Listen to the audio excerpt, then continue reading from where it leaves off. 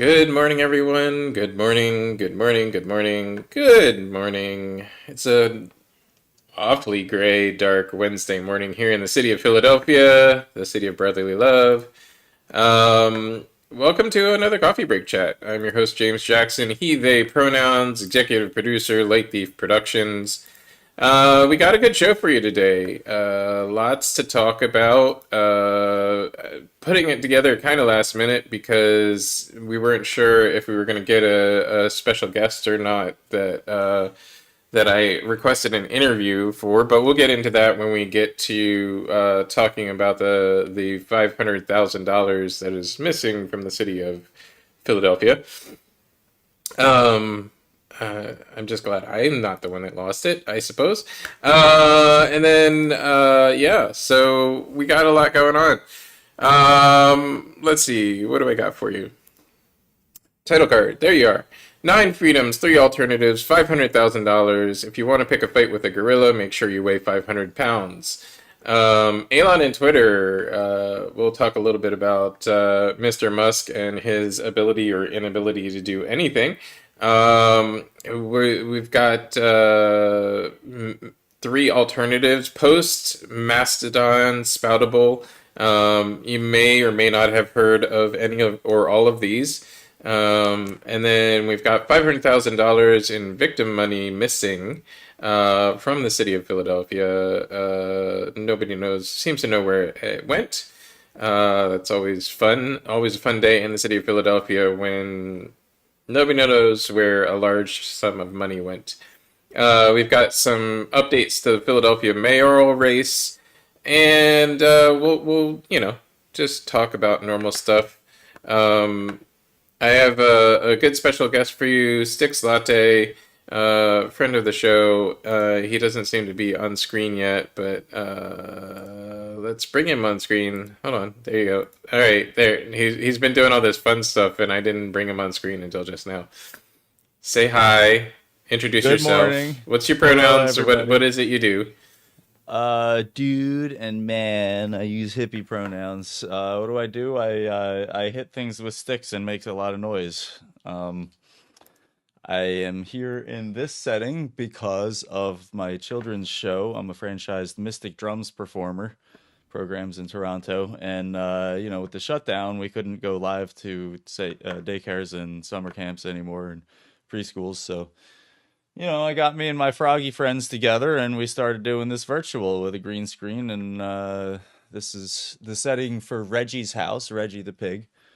Um, and I was using it basically because we have a very special guest coming up at Electric Latte Land, my studio here in house. Chuck Van Zyl is going to be joining us this weekend in a special show called Stars Landing. Um, so you can find out all about that on the internet or find me on Facebook, Styx Latte, STYX Latte. You'll find me. I'm easy to find. But yeah, here we are doing the thing in the setup, and James said, "Hey, come be a guest, have opinions about things," and here I am. I'm good at that, having opinions about things. You are.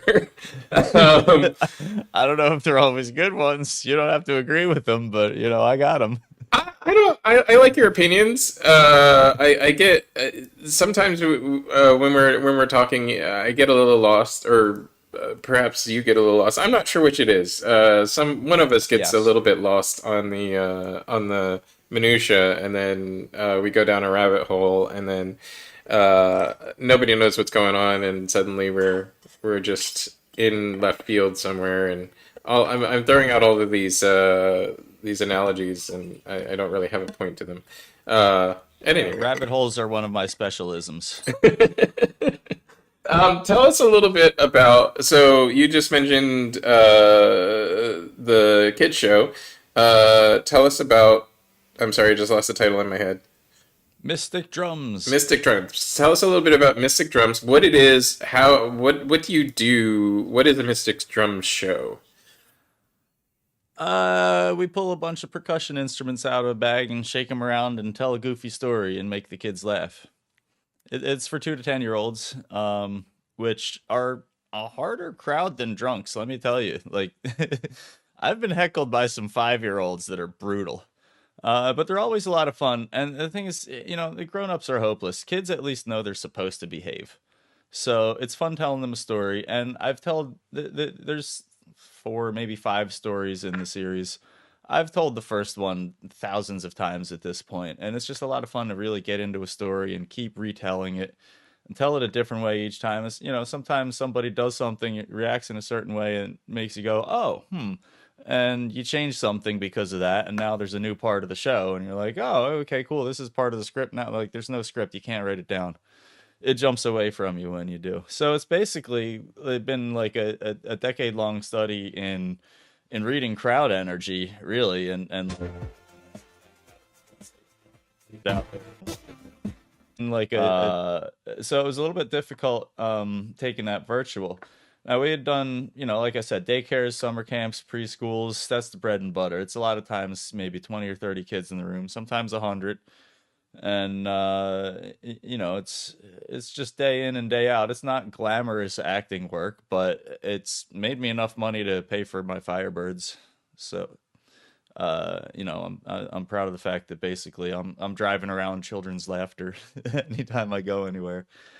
Uh, so that's a cool thing. But yeah, obviously you can't do that in person. We had workshops too where we would pass out instruments and teach the kids to play in a group. Well, you can't do that when there's a pandemic shutdown happening. So basically, I already had a recording studio in the basement because I'm a drummer in a band. I play with Swing That Cat, and we've been working on albums here and live show recordings. And then, I suddenly had the house to myself. We set up a bunch of green screens, started doing band shows, and the Rotunda thought it was pretty slick. And they said, hey, here's some funding. So now the Rotunda hosts roughly average monthly band shows.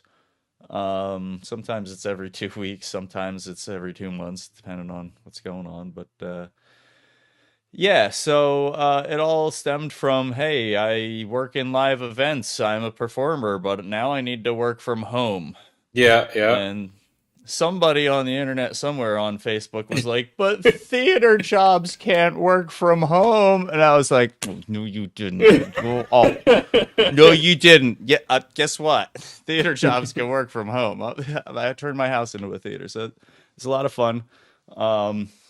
Dream of a lifetime, really. I never thought it would spew out into my whole living room and dining room area like this. It's just supposed to be the thing in the basement that you close the door on, band practice a couple times a week, right? But no, it's become a lifestyle, and it's really an exciting adventure to be able to address the world from my living room. Yeah, it's pretty funny because, like there's a proliferation of live broadcast studios in Philadelphia, and it's literally anybody's living room and laptop, basically.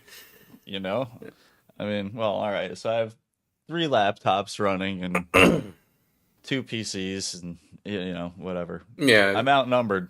No, I'm definitely outnumbered here I mean, exponentially. the same here. I've got this setup that looks like, I should be at mission control at a console for the Matrix or something. But yeah, um, Well, and as we speak, I'm discovering glitches in the Matrix. You and I are kind of on the front lines of this kind of hobby tech career path thing, and I'm back and forth with Verizon every other month. Well, hey, wait, I'm still getting glitches in my signal here. And they're like, well, IPv6 just rolled out. Thanks for being the first person to notice. We didn't even go to bed yet. And I'm like, yeah, okay, well, what do we do about it? And they're like, well, turn on, we'll just use V4. Aren't you going to run out of addresses? No, we're going to be a while at that. So, like, yes, we're actually discovering glitches in the Matrix for why things aren't perfect, because the internet is still kind of the wild, wild west, even though there's good plans and good prices and good access. and like the glitches are really weird too. Like the things that aren't exactly right are just odd from a consumer perspective, I suppose. Like, so for instance, I just noticed that uh, closed captioning isn't turned on our YouTube show today, and that annoys the crap out of me because I like making everything accessible. But like, why is that not the default? Why is turning on auto-generated closed captions not just the default on all live broadcasts instead of like making us jump through hoops to turn it on? Same thing with, like, we were working on technically getting this show ready, and I'm not getting a full HD signal from you. I'm getting a 720 signal from you. Why? Why is that so hard to figure out? Why is not the We default we like, push all the buttons, you yeah? know. Why is the default not just make it work right? Anyway, Yeah. Well, none of it's meant to work right like this together. We've all cobbled together technologies that suddenly, the pandemic forced us to use differently and more actively. And, you know, uh, uh, definitely performing through Zoom meetings, you have to believe that the punch is there. You have to know, like from 10 years of performing live, I know where kids are supposed to laugh. So if I don't actually hear them doing it, I'm just going to move on as if they did because I know they're laughing. They're sitting in their living rooms. And if I act like it, then they're like, oh, wow, it really works. But, trying to play band shows through Zoom meetings, even when you have, original sound turned on for musicians. And I love how the wording of that button has changed yeah, over the like, we're really trying hard not to make it confusing, but it's a switch. It's a light switch, and it's just on and I don't know. it's But filtering. It's on, or they should just call it like audio filtering or something that like the rest of yeah, us would understand. right. Or Yeah. I shouldn't say the rest of us. Something that the folks that have been in audio and visual production for most of their lives would understand because they're not using an audio visual term. They're not using the term that audio folks would understand. It just says original sound. Well, that means nothing to a sound technician, Original sound. What? right? Anyway, Unfiltered sound. yeah. Yeah. But Filter, like filter. Zoom's trying to be a telephone, and everybody with a band knows you can't have band practice over the telephone because it's got to be instantaneous. But there's an inherent delay, so the drummer's out of time with the guitar player, and it'll be endless arguments. And it's just, So similarly, it's real tough to play a band show through Zoom because it's obvious when something goes wrong, and it kind of takes you out of the groove. But Zoom's not meant for that. We're just doing that with it. Yep. So, I think why? early Because we're on, stuck at home. I think early on in the pandemic, I was talking with you, and I was definitely talking with Rotunda, and a couple other people about how to do semi-live slash live production remotely. Hmm. And really, there's no way to do it unless you like build it as you go. So like you have to lay down you have to have the person that needs the least amount of feedback from other players playing to the tracks that or played and recorded first, technically recorded first, so that they're feeding on to the next player who needs less feedback from everybody else, etc.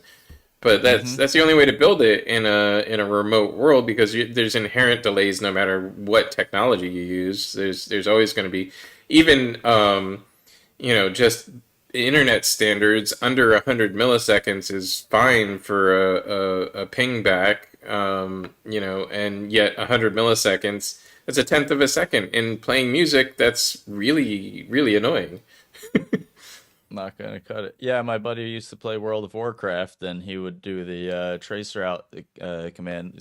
DOS prompt tells you what IP addresses your signal goes through to get to wherever, whatever website you put in. And he noticed a 40 millisecond delay somewhere, and oh right, this World of Warcraft server is going through someplace down near Washington D.C. That's strange. Oh, what's this about? Well, it's the military monitoring gamers to see who's good strategists, basically. I mean, I'm actually not even sad about it, but damn it, it's messing up the game. So, there's things like that you never know. Oh, that's what the Verizon guy said. Once it reaches out to the alternate, it's beyond us. He said, we're Verizon in Philly. We're from your house telephone pole to like some hub in New York or DC. But after that, it's anybody's guess what happens to it, and we can't control it. So, we could broadcast in West Philly or South Philly or wherever, and maybe everything is top notch between you and I. Comcast and Verizon are best buddies today, and everything's Well, I'm on interlaced Verizon too, seamless. so.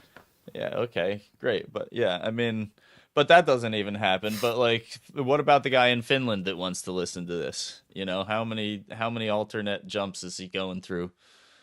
So, I mean, this is more than anyone really wants to think about, but it's a far cry from a pair of RCA cables from your 5 disc carousel CD changer to your stereo receiver head unit, you know? Like Right, it's just not that simple anymore. right, right.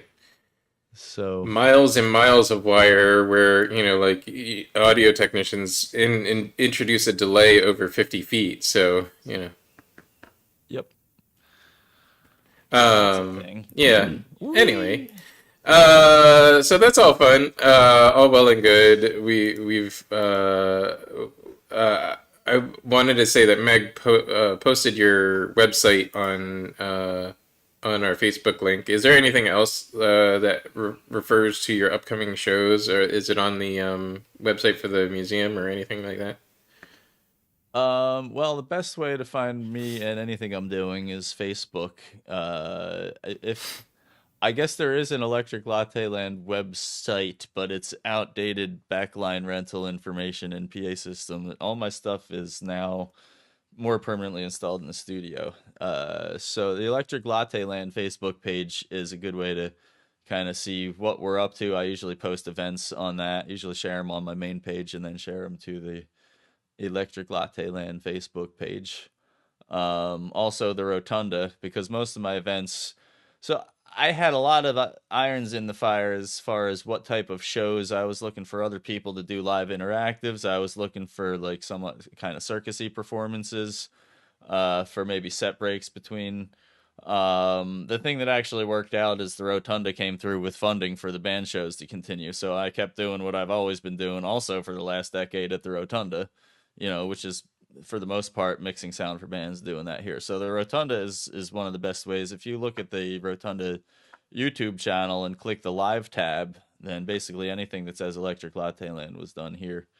That's the stuff I'm most proud of at this point. It's like you can have bands come in and pay you lots of money and get halfway through a project and never finish again. And how many albums do you have under your belt after? I mean, come on, this is the West Philly music scene. We're not rich, but Rotunda comes in and says, "Hey, here's funding." All the bands get multi-track recordings, but nobody seems to need to remix the show. They seem to turn out just fine. So, Imagine that you you put know, an audio engineer on a show and it turns out just fine. ooh, I mean, there's a few I'd like to mix a little better here and there, but you can nitpick anything. That's what's fun about live. You do it once, it's done. Like it don't. It's like you did the thing. Go be relevant. Do more things. Yeah, no, that is what I love about actually doing the live show versus we have my company has a bid out for a show and it's a fundraiser and they want to do uh, quick turnover pre-recorded and I'm like, well, why not just do live to tape or live? Because quick turnover, I don't have the time in quick turnover to add all the editing spark that you want unless I spend the equivalent amount of money as doing it live on an editor. Hmm. Rather than spending the equivalent amount of money doing it live on to do it. Let's do it live because audiences are a lot more forgiving with a live show or with a live to tape show than they are with something that obviously had the time to be edited. Anyway. You know what the body shop guy told me? We had all the engine drivetrain out and everything on the Firebird, and we're like, I don't know, should we paint the engine bay? Looks like there's a little rust on the headlight stringer there. And he's like, well, be careful.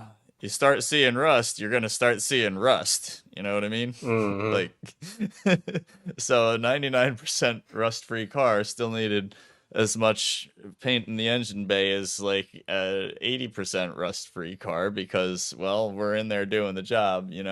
You start editing, you're gonna find rust. Like, oh crap. I cleared my throat funny and it sounds stupid and I'm embarrassed. Oh, I gotta edit that out now. Right, You right. know, Or yeah, whatever. I know people who do audio shows that they're recording them and then they take months to produce the audio show because They sit there and remove every or breath or whatever, and it's just like, Hmm. no, I'm not going to spend that. Let's not spend that much time. Audiences are okay if you're doing a live to tape show. They're like, oh yeah, it's just a you were sitting in a studio recording this, you know. Anyway, Yeah. the Uh, vagaries of production, I'm sure, are super interesting to our audience, but who's our audience? Aren't they a bunch of tech nerds and stuff? Isn't sometimes everybody a bunch of techno babble is good for the soul? People, you need to understand this is our world now. It's all wires and gadgets. I think Some if I could make one message relevant for everyone, and I think the younger generation already understands this, which is fine, but is that you can't really screw up technology. Like Elon Musk can screw up technology. We Oh can't yeah, screw which up. brings us to We can't, which does bring us to Elon and Twitter. just factory reset and get new cables. Right, yeah, no. 99% of the times you can't screw up something in technology wise. Like the worst thing what's the worst thing you're going to do? Bring down a multi-billion dollar website and make it Sure. not have income anymore and have to fire, multiple thousands of people in the month before the holidays begin in the US. But yeah. You know, I once told a joke that ruined a show and had repercussions for months. It was such a bad joke that it apparently caused havoc, but I don't think I've ever caused that much havoc. It's an amazing amount of havoc, and I don't know why. Like, I do know why people are like talking about it all the time. There's a lot of pushback on the internet about like, why are we talking about this guy so much? Like it makes him more relevant than he is. And I'm like, no, he's actually really relevant right now, and he's at the center of a conversation that we really, really, really, really need to have and are really having in this country. And it fascinates me that See, he's good art. Good art always pisses someone off. he's not good art. And that He's not intentional art. Good art is no, intentional. no, it was a complete accident, but No, like, good art is intentional. If he was intentional, he's good art. But you have to intend to be art to be good art. Anyway, that's probably an esoteric conversation that we could spend like literally like 8 days on. Uh, we had Styx and I had fun with these weird esoteric conversations on the way up to New York for a gig, but we spent like hours talking about dumb stuff. Um, but it is an important conversation right now. Like we're talking about like freedom of speech, the foundational concepts of the country, the ability of people uh, to say things or not say things, the ways in which society interacts even on a granular level because Twitter became so ubiquitous or is so ubiquitous. I mean, I do know people that still don't have a Twitter account or still don't use Twitter, but it's like the same as the number of people who did or didn't have cell phones at the beginning of the 2000s. Like there was people like me who'd had a cell phone for 4 or 5 years and had been using it regularly as my only means of communication. And there were people like I don't know who necessarily my mom even had been using cell phones that long. I don't know, but there were older adults who didn't jump on the cell phone and hadn't been using them and didn't adopt them. And I mean, there's still folks like this. Like my father-in-law still has a flip phone. Um, and so but it's the same thing. Like there's people that aren't going to adopt technology, especially in communications technology, um, as fast as the rest of us. um, Now that you're reminding me of communications technology, I thought I turned my ringer off. Wouldn't that be embarrassing? Oh, my ringer's on all the time, And and you no, know, it's not I embarrassing. love That's the funny thing I about. love the flip phone especially. I love that because it's basically Captain Kirk. You know, like that. I remember watching a documentary way back in like 1990 something. It was like, oh, and the flip phone was actually inspired by Star Trek's Captain Kirk communicator. I've got all those sounds on. You know, when I get an email, it sounds like Kirk opening his communicator, stuff like that. When I get a text message, it sounds like the comm badge from the Next Generation. You know, it's funny how life imitates art and art imitates life. So I just figured I'd make it a little bit funnier. And now it's come full circle. I was just shopping with my mom for a flip for a new smartphone, and we're annoyed both of us that the screens keep getting bigger and bigger and bigger. And how am I supposed to reach the top left corner with my thumb? But now you can get flip phones that are the screen flips out, Hmm. and it's a flexi screen, and it's like, ooh, well. So, and I'm looking at it, I'm like, this new technology looks like it's gonna break. It does definitely have a useful life, but but flexible screen technology will continue to advance, and you're not the first generation of adoption of flexible screens. So what? You'll probably adopt it before other people do, and there'll be Yeah, holdouts. but I still haven't adopted Twitter, so I feel a couple of disclosures are in order. You know, if we're gonna talk about Elon Musk, I don't have Twitter. That's the first one. I don't have Twitter because I don't think I need a platform to instantaneously run my mouth to the entire world. Like that that idea is making my poor fourth grade teacher roll over in her grave. I'm not to be trusted with impulse control according No, to you're not. my childhood teachers. I was just according to my childhood teacher. Maybe some other people too. So, you know, I um, mean, I have you so on a live broadcast, but no, you shouldn't be trusted yeah, with no, impulse but control. you're my responsible grown up. Now, the other thing is, well, but then why does somebody like Trump get? Are you kidding me? Like, whose idea was this? So I don't care who owns or doesn't own Twitter. That was just a bad idea. Because now, like, you get this guy just able to run his mouth. And, you know, maybe that's what somebody deep down in the CIA wanted. Maybe Cancer Man was like, oh, yay, finally, we have the Zaphod Beeblebrox president we've always wanted, whose job is to distract from power, not actually wield it. Oh, let's get some boorish maniac bully who's great at throwing everyone into bankruptcy and have him make a lot of noise. Quick, give him a Twitter account. Yeah, that'll be great. Well, I mean, there So, was a presidential Twitter before Trump, and yeah, it that was nobody used. was No, being well, an idiot about. right, because it was used logically. It was used the same way that I use Twitter, or that a lot of other, organizational uses of Twitter are, which is you post stuff on your Twitter that is relevant and of the moment, but you don't post. You don't use it as a communications tool. You use it as a broadcast tool. Um, Right. But and he was using it as an inner monologue. And and a that's exactly what communications I tool don't too, do. as he was using it to issue, executive orders, which nobody needs. Nobody No, needs. that's inappropriate. Right, nobody needs. It's the same thing with Elon Musk. Nobody needs to know the first blush of the head of a company's thoughts on Twitter. Like maybe on their own personal account on Twitter, but as the company account, like you need a Eh. separation there. So I need to send my fourth grade teacher after these folks. Yes, please. So she had the most wonderful thing actually. Bless her soul. Her name was Jean Casimir, and she was actually the most wonderful teacher I could have asked for. She was very good at puns.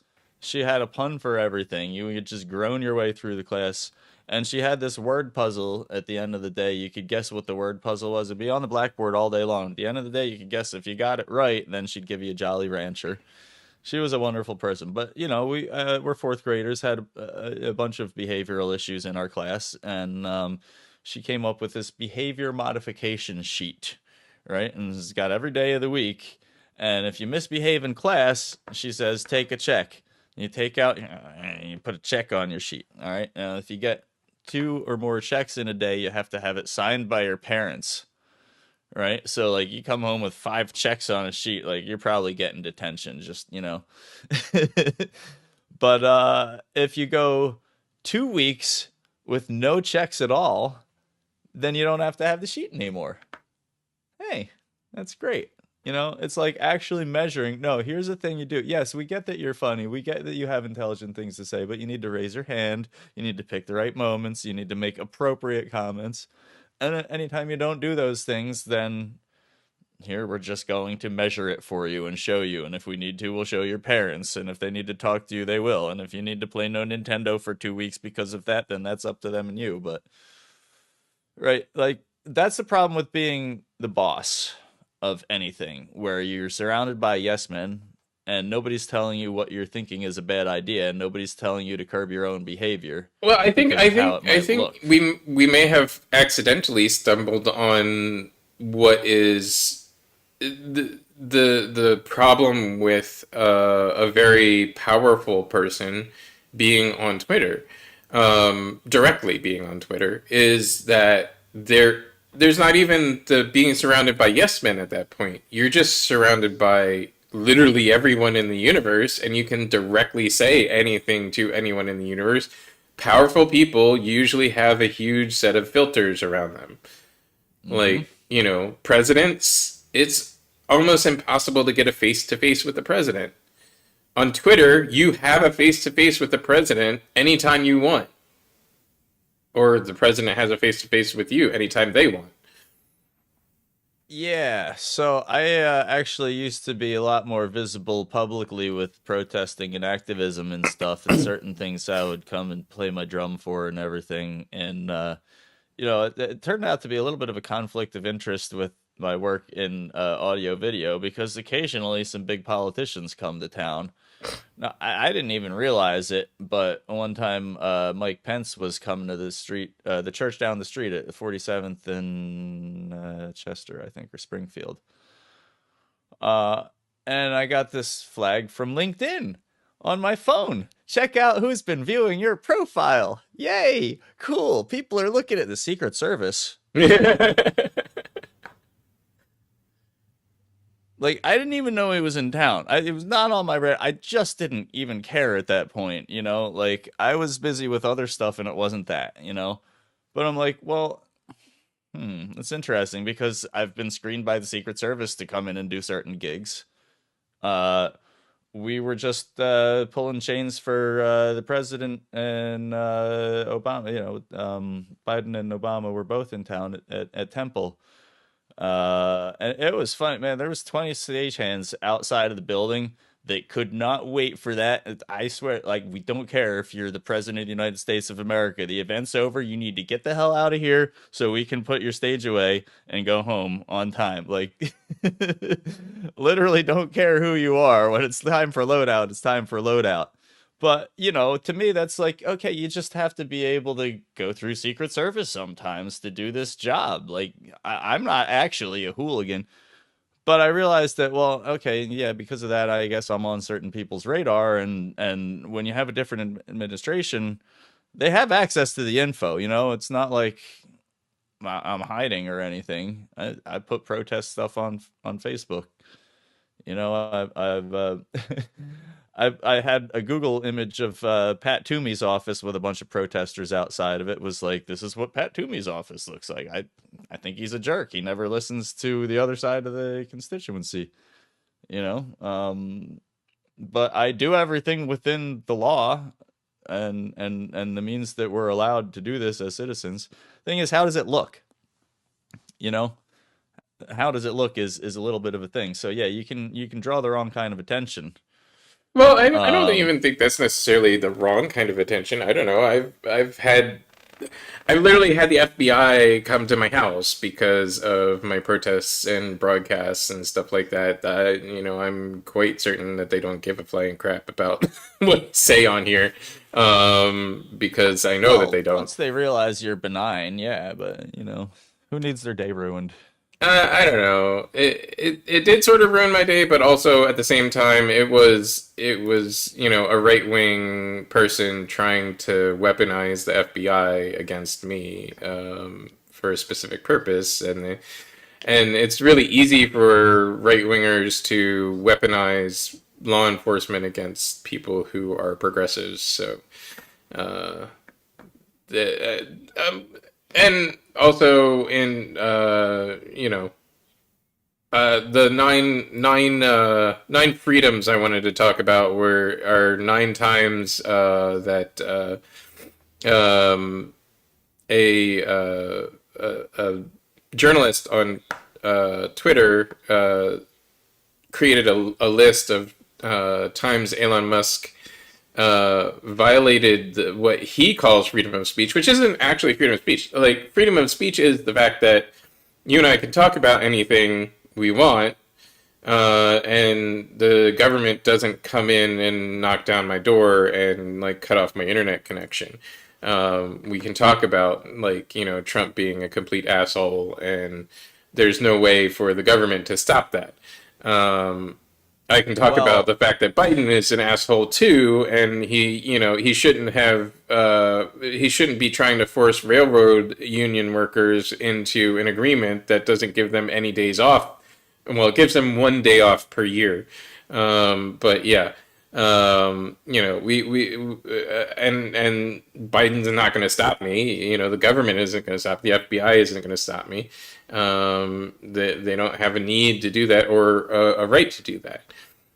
That's freedom of speech. That's, like, at the end of the day, that is what freedom of speech is. It's me being, or anyone being allowed to say something, um, and the government not being able to intervene.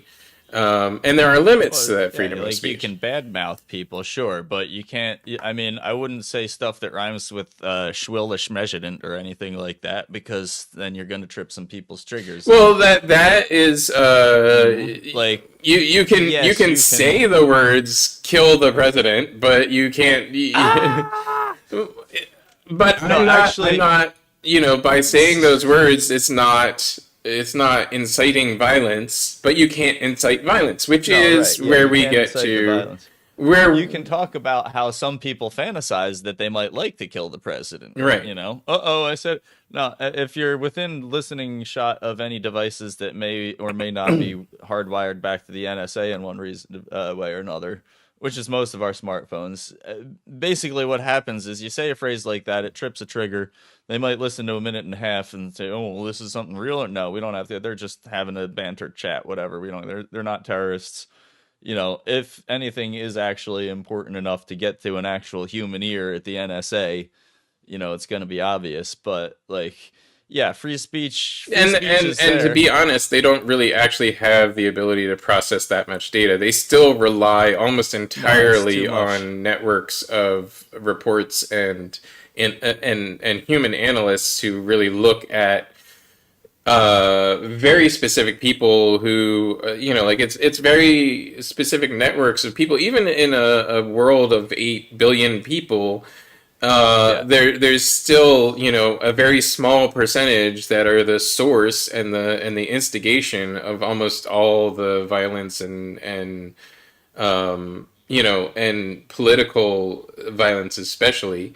And so you can rely on looking only at what that small percentage of people does and figuring out if they're planning on something, or yeah. It's relying got to be on. a real good reason for them to want to look at you Right, to put those kind of man hours towards it. right. So effectively, you still have the free speech, but there's technological limitations that are only going to tighten as AI grows, which is fine if you're not scared of how it grows and who's using it, I mean, that but series on HBO, what was it?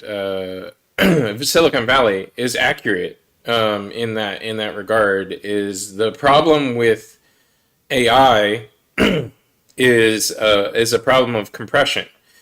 The human brain compresses all the data streams that we get really efficiently. Like, we get so much data and filter it along the way through both hardware and software filtering, that that then, like, lets us key in onto certain things. We can instantly recognize the phrase "kill the president," and we can instantly judge whether that phrase is being said as an actual threat or as just A conversationally. conversation piece, yeah. Right. But AI doesn't have the ability to process that quickly because it can't filter it. It can't filter for the things that we like. It can't receive enough It's data not fast looking at our enough. Right. eyebrows. It's not looking at our eyebrows. It's not There's listening no to our eyebrows there. tone. It's not we process so much data. Humans process so much data so fast because we can compress it all. But that's the problem with that. That's why like Well, something we like the compress it by only remembering what's most salient to us. Eyewitness testimony is only about 67% accurate. Um, one quality that's still kind of dear to me about my girlfriend, but is noteworthy is that like she'll remember feelings about things better than actual detailed event facts, and she might reconstruct the story based on, the well, this feeling. is the feelings and this is the thing and the thing and the thing that happened, so here's what went down. But it's like, well, but those weren't my exact words and it happened in this different order, and that, like, it reminds me of a Maya Angelou quote, which is something to the effect of, people won't always remember what you did, but they'll always remember how you made them feel. I mean, and that's accurate, and people do that kind of filtering all the time. And then the expansion side of that filtering is that it's lossy compression. We're Yeah. compressing it by filtering, but we do receive all of this And then data, you build back and up. then Yep. we Yeah. compress it by losing the irrelevant parts, what is irrelevant to us. But human brains are really good at filling in gaps. That's why we can look Well, at part of a letter behind your like if I put a URL on your green screen and you're covering 90% of it, we could all build that back and know what the URL was pretty accurately because human brains are really good at filling in the blanks in a compressed data stream. yeah. So we build back from compressed data all the time, and we compress data all the time in real time. We compress and decompress data. But Well, I think this tends towards what you do as a career, and where your strengths lie for what kind of data you store, uncompressed versus compressed. Like, she's an artist. I wouldn't have it any other way. Her life runs on feelings. That's what we do as artists. Is we're like bottling up some sort of a feeling somehow and displaying it a way that a lot of people can relate to and find accessible. So, the things that are more salient to somebody like that are obviously going to be the feelings. If you look at any of the pieces she does as a stained glass artist, they're not photographs, they're conveying a feeling. Some of my favorite photographers, actually, I've done photo shoots and I'm like, okay, this is a shot I want. We're gonna frame it like this. They do that, but then they go and like do something on their own and nail the feeling of it, which is different from how I saw it in my head. Like, that's that artist capture moment. right, but It's but but that's how all like human certain brains brains tend all towards that. no no we all My compress it. We grandfather all was going to be compress more the same about like, way is what I was gonna say. Everybody compresses the same way. It's just what how we choose to highlight the data as we're decompressing it is what you're talking about. well, yeah, I was going to say my grandfather was a mechanical engineer, worked in the Navy shipyard all his life, and he relates to things through nuts and bolts and gears and pulleys and cables and lubricants and stuff like that. I'm sure he's got exploded views in his head. I mean, he's gone since 2005, but uh certain people's brains take snapshots of everything, and that's how they work. Certain But people's brains can see. even that everybody compresses data the same way. Everybody has the same compression algorithm. It's not different. What you're talking about is, like the concept of visual memory versus fact-based memory or rote memory, and it's not a real difference. The memory is always visual. The compression is always visual based, and none of it is stored completely uncompressed. We're just really good at compression. in We ways that AI is not. Right. Well, nothing is. There's no way we have not invented the compression algorithm yet that resembles what the human brain does. And that's I think it's part because computer scientists want to be accurate. So like as we get closer to and closer to actual functional AI, the human brain, when it compresses things, it's lossy. We can't remember every single detail of every single thing that we've seen, so we compress huge parts of data out of like what we're even considering and remembering. Um, Yeah. but computer scientists are never looking to do that. We're computer scientists, any kind of computing. It's based on digital. It's based on ones and zeros. We want to be able to get all the data out that we put in. Hmm.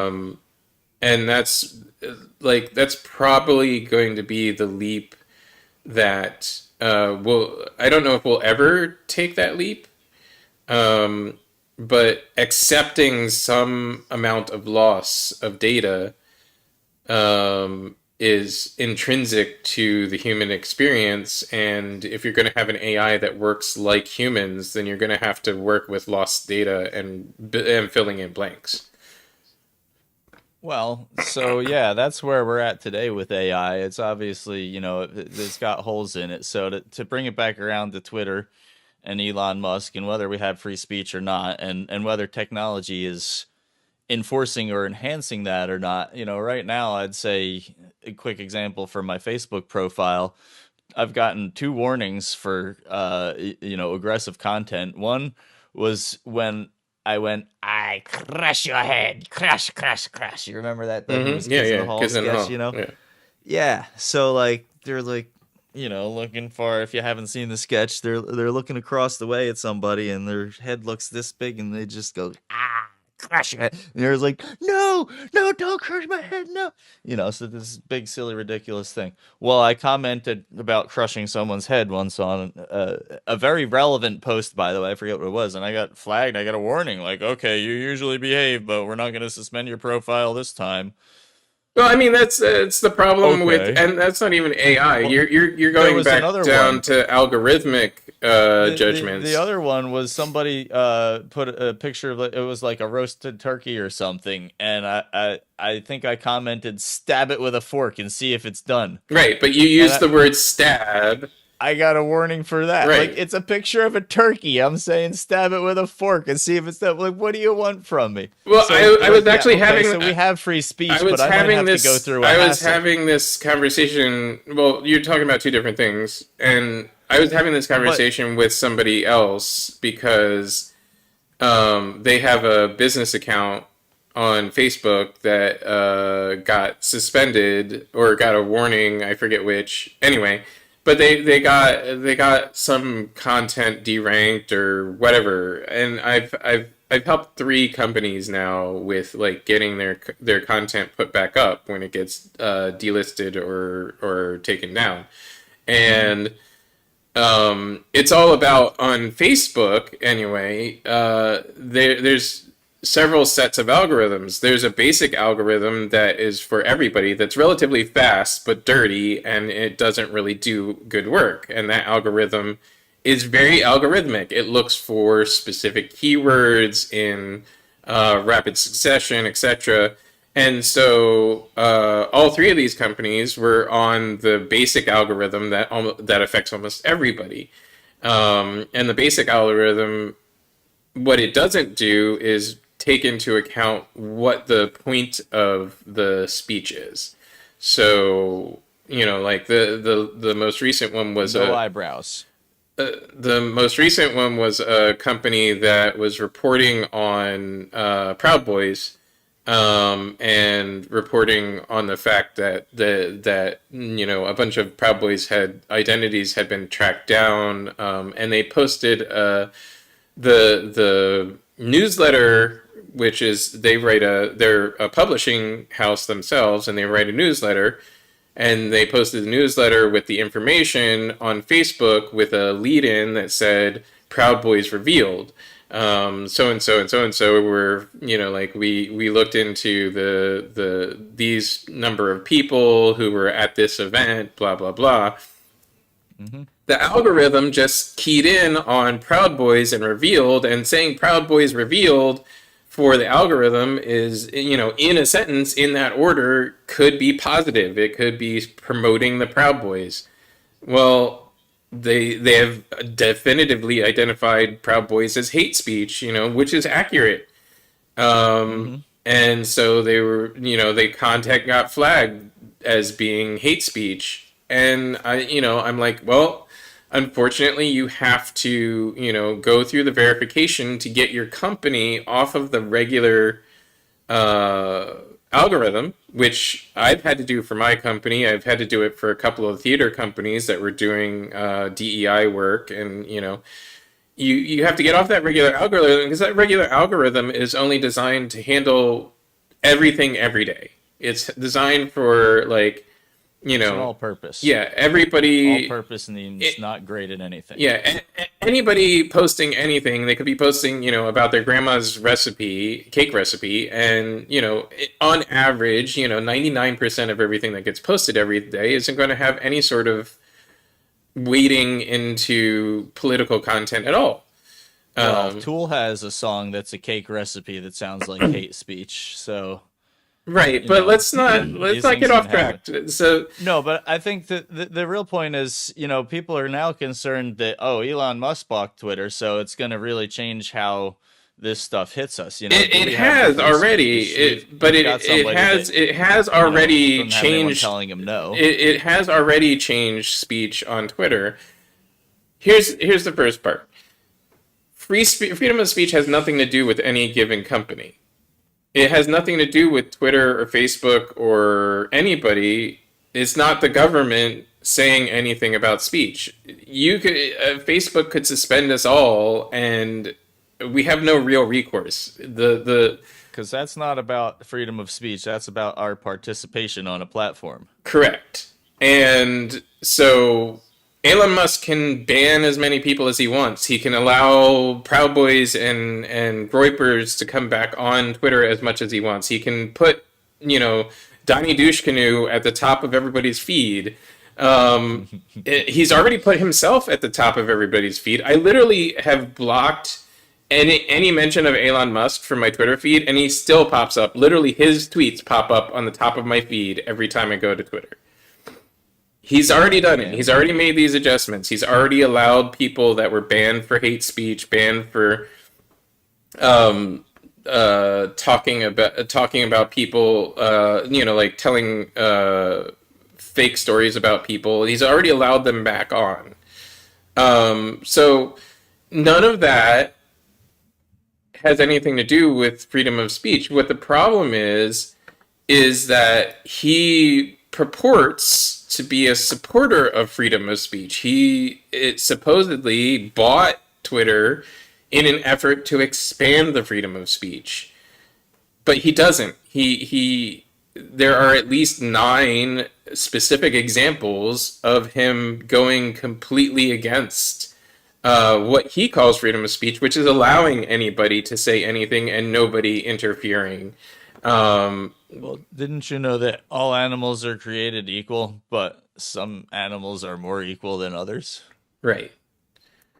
So these 9 examples are Vernon Unsworth, the man who actually helped rescue the 12 boys trapped in a mine in Thailand, who Elon Musk then went on a campaign of calling him a pedophile, and paid $50,000 to an investigator to upend Unsworth's life because he called Elon Musk's attempt to rescue the boys in Thailand a failure and a PR stunt.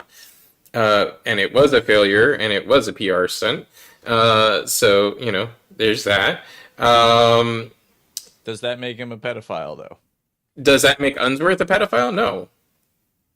Does Why? he actually? No. I mean, just the accusation went out there. I guess let's ask the question: is there anything to this? But the accusation is baseless, and B, it was the only reason the accusation was made was so that he could so that Elon Musk could use his millions to silence Unsworth, who was an actual person who actually rescued people.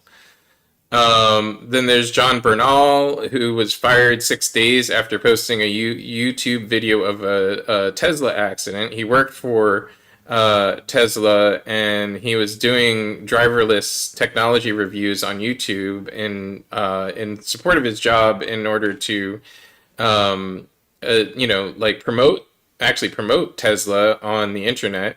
But he was doing an honest job, and he posted a video that included an accident with a Tesla, to say, hey, there's problems with the technology. He wasn't like down talking the company. He was just saying, like, this technology needs work, which it does, and he was fired 6 days later. There's Martin Tripp, who was a technician at a Tesla plant in Nevada, and he was a whistleblower. Musk hired people to hack and spy on Tripp after he cast doubts on Tesla's environmental credentials. In other words, he whistleblew on Tesla that their internal research shows that they're not actually an environmentally friendly company. And again, Musk used his money to overturn somebody's life. That's again, this is all by Elon's version of freedom of speech, not the actual version of freedom of speech. Elon supposedly believes in freedom of speech as universal, as a human right, not a legal definition of freedom of speech, but the human right definition of freedom. Just simply the ability to do it. Right. So I guess then what everyone's sitting at home wondering is, if I want to have a meeting at a local church, say at 47th and Springfield, to discuss as concerned citizens the rising possibility that some random scruffy West Philadelphians might want to kill the president recreationally, and how can we stop them from that? I'd like to be able to post something like that on Twitter, but I'm very concerned that Elon Musk is going to put me right to the top, right underneath of his feeds, because he thinks that I'm, some kind of racist terrorist or something, and he wants to support that. And then B, that the Secret Service is going to either come to my house or come to the meeting and either give us a hard time or arrest us all. No, the Secret Service can come to the meeting. Only, that's not. Well, I mean, it's a public place, so right. Why not? But I mean, I think the concern is then what's happened to Twitter. Can we trust this platform? Is he or is he not doing what he says he's doing? Okay, well, maybe he's not, but this is what can happen on this platform, and this is what can't. Do you want it anyway? I think that, because there's changing tides here, people aren't really sure if they can put the faith in the platform. And frankly, if it gets too ridiculous out there, if some speech gets more heavily weighted than others, and some people get picked off and never heard from again and others don't, and we gotta wonder why, well then, who's gonna trust Twitter? Well, that's the point. That's the whole point. Who's there to tap Elon Musk on the shoulder and tell him, hey buddy, remember what it's like to be an ordinary human being? And he's never been an ordinary human being, and B, no, there is nobody there, and that's the whole point. So he's the guy that's got no one to tell him no. He's never had anybody to tell him no. What he's always had is a giant. He's always had a filter between him and the megaphone, and now he has the megaphone himself. Right.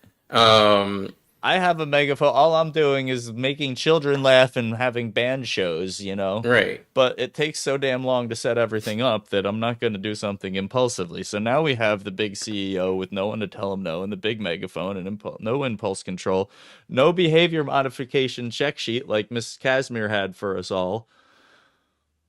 All right. What do we do, James? Well, I don't know. Maybe we make maybe the argument that we make being a billionaire illegal is a valid one. Maybe we make being a billionaire completely illegal. You can make $500 million, and then that's it. Everything over $500 million in real value that you own is taxed at 100%. Well, then we'll just all become the government so we can control all the riches, and then we'll be billionaires that way. No, I don't know. I don't know what the answer is. Well, and then so that but segues here's the into problem with that because wait. Let's not delve into that because again, it's all right, 11:03 and that's like a 5 hour conversation. okay, Um, fair. let's go on to three alternatives. I just wanted to quickly state that there are three alternatives to Twitter that are developing right now. Mastodon is the one that seems to have the most adoption so far. I have 500 people or so that I follow on my Twitter. 98 of them are on Mastodon so far, so 1/5. Um, I'd say that's probably pretty accurate to general adoption. I'd say like about a fifth of people have adopted Mastodon from Twitter. Um, there's Post, which is supposed to be a news organization and creator centric. It's supposed to be able to. I do have a Post account. I haven't used it all yet because it's not as easy to transition from Twitter to Post as it was to transition from Twitter to Mastodon. There's already a couple of tools that allow you to easily transition from Twitter to Mastodon and still continue to backpost. Um, Post the That's website interesting. doesn't have those tools, and so I haven't been able to use it very much yet. But it's supposed to start backing creators by allowing micropayments for, like, say you make a post that like a million people read and like five of them want to donate $5 to you, they can do that. And then there's Spoutable. Spoutable is a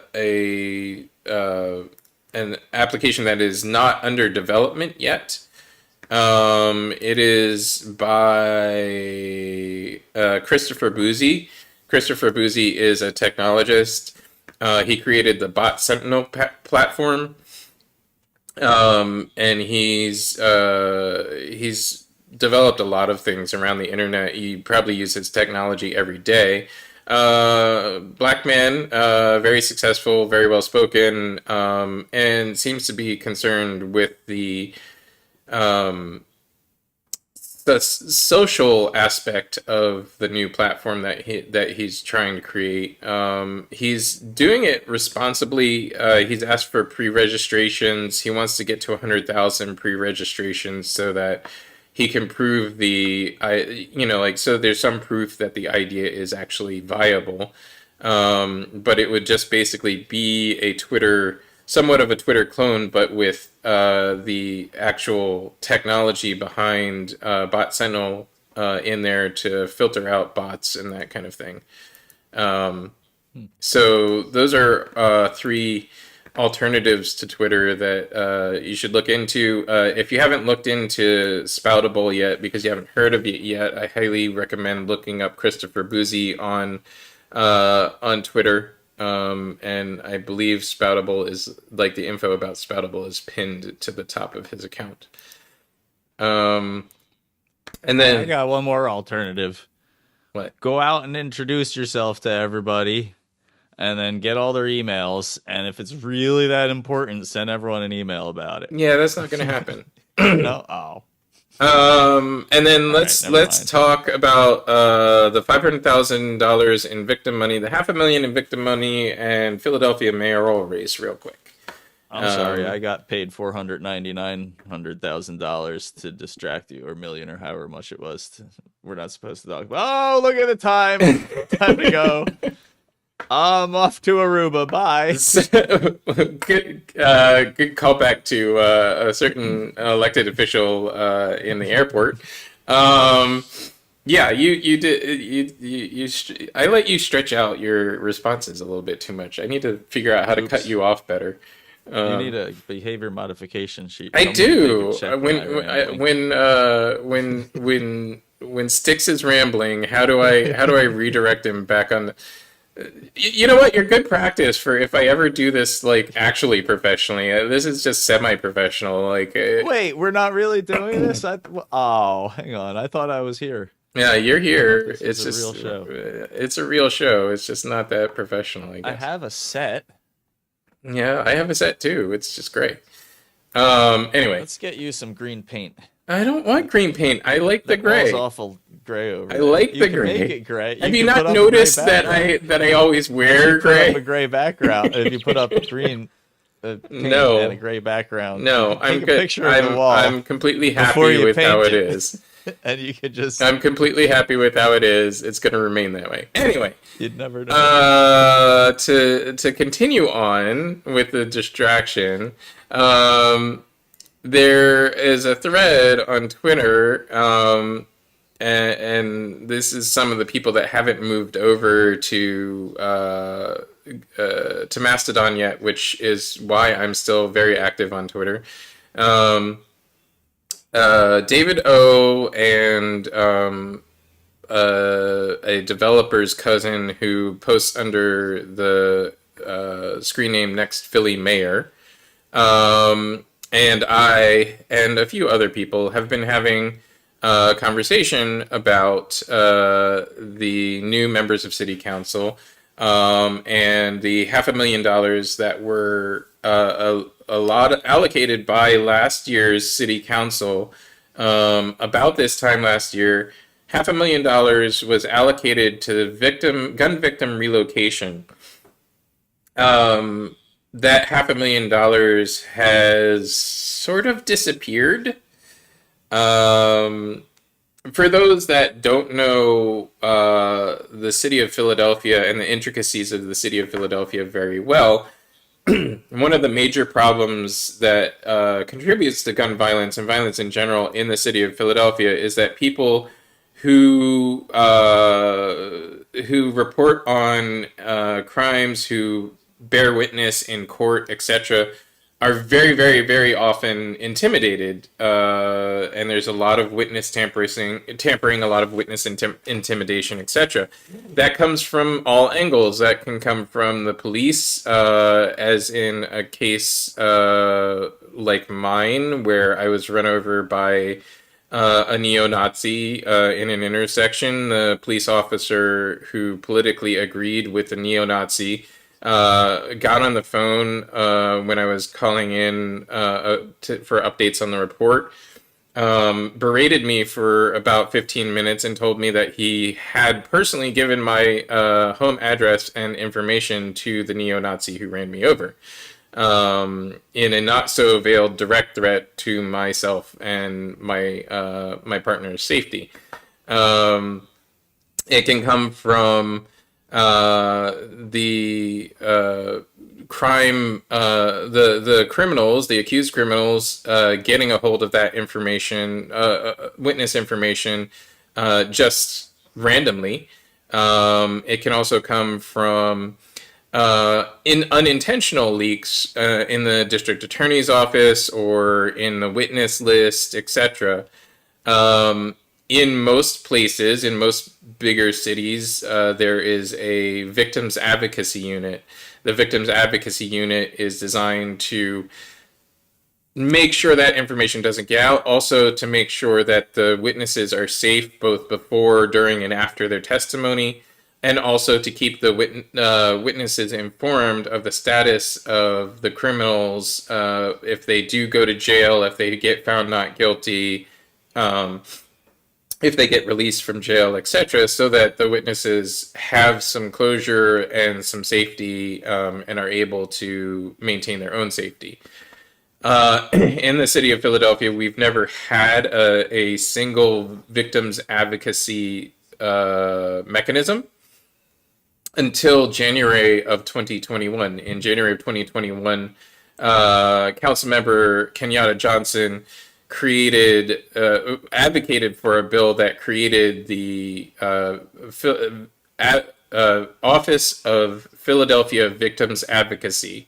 The Office of Philadelphia Victims Advocacy replaces the Pennsylvania Office of Victims Advocacy, just the OVA, which is a statewide office. It still exists.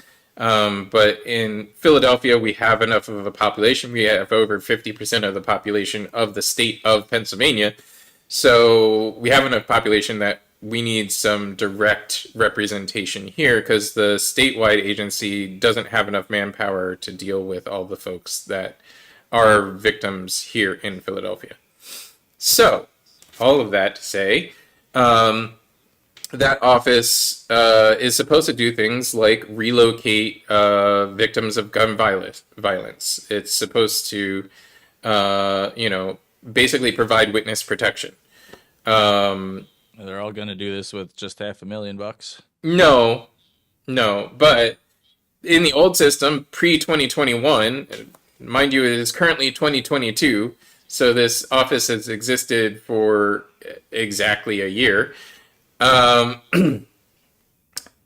Pre 2021, this was handled by like a kind of web of people. The Philadelphia Police Department had a department that was witness protection. The Philadelphia District Attorney's Office had a specialty office called the DAO within the District Attorney's Office that was supposed to deal directly with victims and make sure that they were taken care of as witnesses. And then there was a third office within within the general manager's office, which is the mayor's office. The mayor's office has a general manager's office. General manager's office had a smaller office that was designed to promote the safety of crime victims and do things like make sure that that their testimonies were heard, that that cops listened to victims of crime, etc. It was supposed to be someplace else that you could go other than the police if you were the victim of a crime and they weren't listening. Um, that web never worked because you had people handing off people and pushing people Right. around and saying, "Oh, you need to speak to this person. Oh no, you need to speak to that person, etc." Too much red tape. Right. So they created the Office of Philadelphia Victims Advocacy. That office was created in January of 21. Obviously, it takes time to set up. They probably weren't set up until end of 21, beginning of 22. In the end of 21, they got $500,000 for victim relocation. That was for 20 some specific cases in which the managing director's office, nobody in that web that had previously existed had relocated. They had promised to relocate, but hadn't done the job of relocating 20 some victims of gun violence. So they were supposed to spend that $500,000 on doing that. Um, and it is now the end of 22. None of those gun victims have been relocated, and nobody knows where the money went. The money, there have been hearings on it. The city council issued an order, a law, basically giving that $500,000 to the managing director's office, which the managing director's office is supposed to give that to their sub office, which is the Office of Philadelphia Victims Advocacy. Um, and the Office of Philadelphia's Victims Advocacy is supposed to use third parties to execute its function. So, in other words, like seek out a nonprofit to actually relocate people. It's not supposed to have enough staff to relocate people itself. It's supposed to go with existing organizations like the one called EMIR, which relocates victims of domestic violence. So the Office of Victims Advocate was told to use EMIR, but EMIR never got the money and never did the job because they weren't asked to. So obviously the money is somewhere in the managing director's office, but nobody knows where. This is a recurring problem in the city of Philadelphia. Yeah, I was gonna say it sounds just like Philadelphia. So where's the news? Right. I think the news is, and so a lot of people in this discussion happening on Twitter, and this is why I use Twitter so much. You can have discussions with, like, I can have this discussion with David O. I can have this discussion with this other influencer, political influencer, and I can be heard and ask questions and not be ignored. And I'm Actually, asking. can we calibrate our political compass for a minute? Mm, You mentioned David O a couple of times. mm, He's somebody I've always had very good experiences with. I think he lives not too far from me. I'm in the King Sessing neighborhood. And most of the time I've encountered him through those jazz showcases that he put on. Swing That Cat is in that this year. I think December maybe 20th is the final award ceremony coming up. I'm probably wrong about the date, but you can look it up online. And I also know him from some food drives. I was doing some work with United Healthcare, both providing sound systems and doing some mascot work with them. So he was one of the few people at the time that knew the secret identity of Dr. Health E. Hound, who's an 8 foot tall dog with a stethoscope. So I was inside that. So he always has a big smile on his face whenever he sees me. Like, oh, he wants to call me Doctor Hound, but he doesn't. So I don't know. I've always had very positive experiences with him, but I don't know much beyond him politically beyond that. Well, politically, David O is a Republican.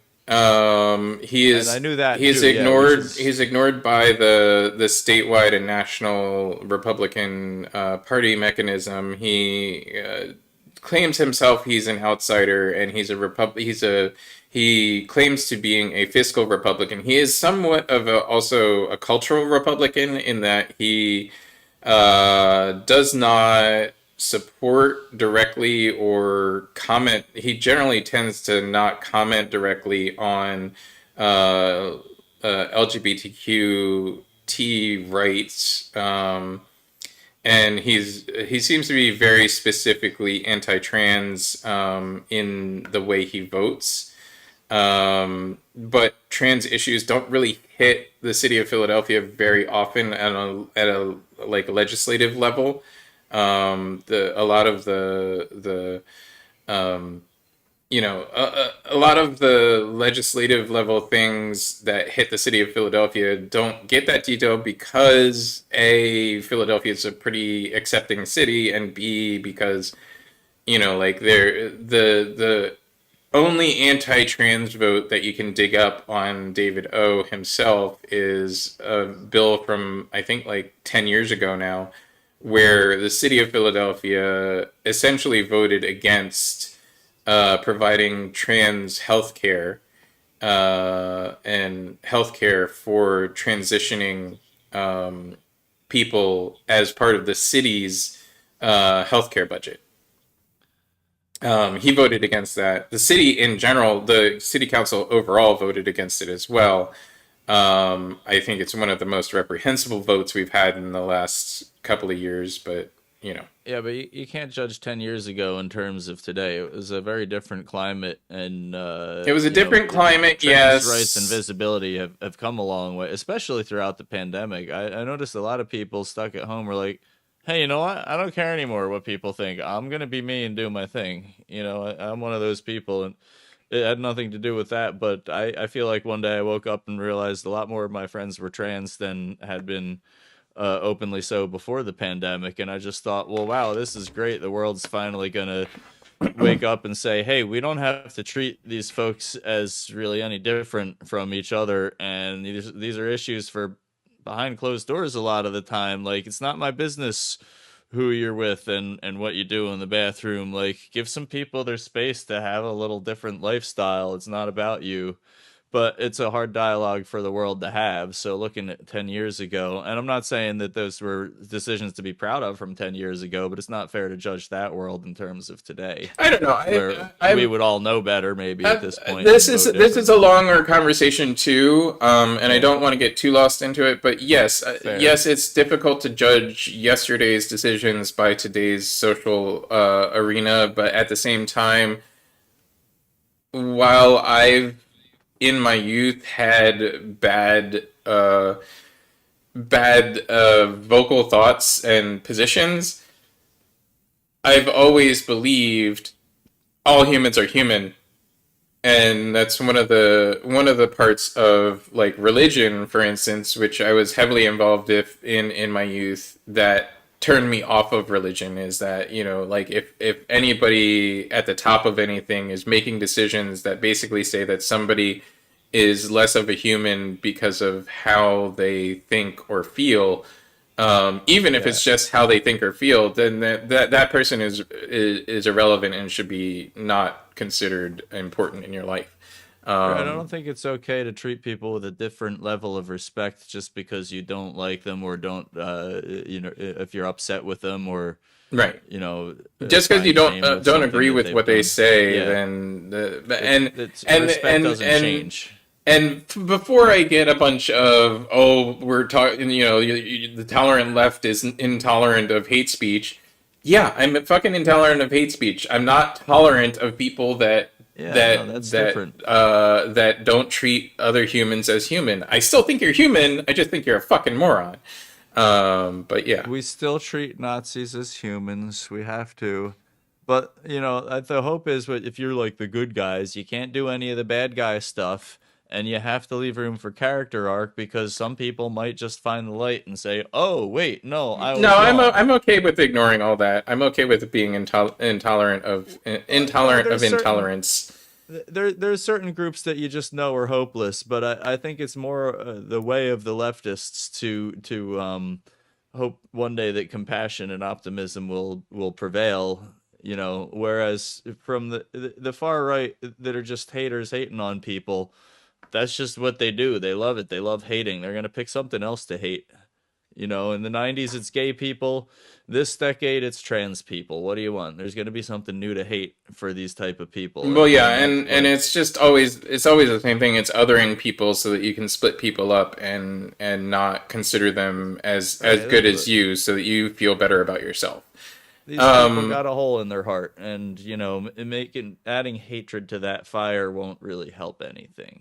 all of that to That's talk about, like, the concept of freedom of speech also on Twitter is, like, I'm participating in this conversation with an elected official and people that are politically active on Twitter, Yeah. and I'm a big voice in that room.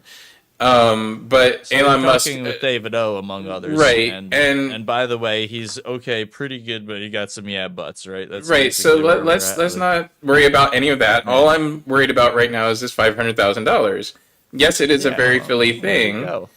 Let that go. But and this is a recurring problem in the city of Philadelphia, but the guy who posts under Next Philly Mayor positions himself as a decision maker, or what do you call it, like a shot caller, as far as who is going to be good in Philadelphia politics, who's good city council members, etc. And he's blaming this on city council in his post. I'm like, and he said there needs to be full transparency and accountability of every dollar allocated. My response is, yeah, there does need to be, and there's an office that does that, and that's the office of the comptroller. The comptroller's office does this already, Yeah, and that's kind of their job, isn't it? it's kind of their job, and they do Porno video. forensic accounting all the time, and they issue opinions of two different offices about what they should do so that this kind of thing doesn't happen. The problem is they don't have any real power. They can issue an opinion, but the office that they issue the opinion to has no requirement to follow that opinion. Well, all right. If you want the truth of something, follow the money is a good way to go. Just ask Richard Nixon. Like follow the Well, money. yeah, but that's not even this problem. The problem here is that, city offices don't listen to good advice, which is to use regular accounting processes so that you don't lose $500,000. Yeah, but then you wouldn't lose the $500,000. Get it? If your books were all clean and tidy all the time, it'd be too hard to lose the money. Well, I don't lose the money. I regularly deal with $500,000. I don't lose the You're money. trying hard not to lose the money. Right. That money's someone wants the money to get lost. Like somebody wants a lot of people confused about it. Right. Why do they like I've never understood Because this. they Like want to go to Aruba. fuck Aruba. Like earn part of that money so that you can go to Aruba. All Jesus. right, but no, but here's the trick. If you want to know why, it's like Obi-Wan going to the Jedi archives to find this planet that's not there, and he's like, well, where's the planet? And the holographic librarian says if it's not in the Jedi archives, it doesn't exist.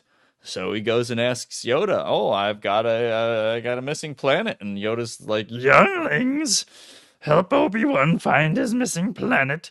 And they meditate on it, and they decide to look where the light isn't. There's light in the maps. The planet's been erased. It's just a dark spot. Mm-hmm. There's no planet in the middle.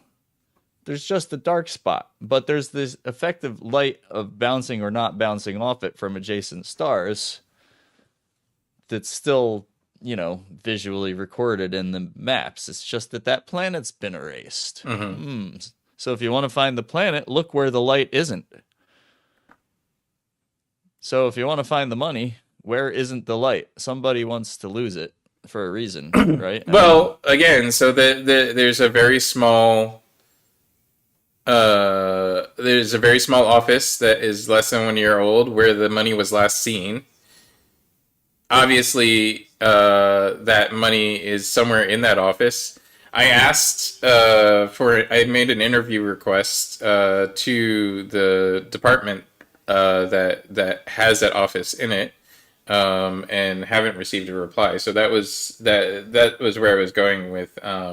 At the top of the show, I said, I was waiting to throw the information of the show up because I wanted that interview.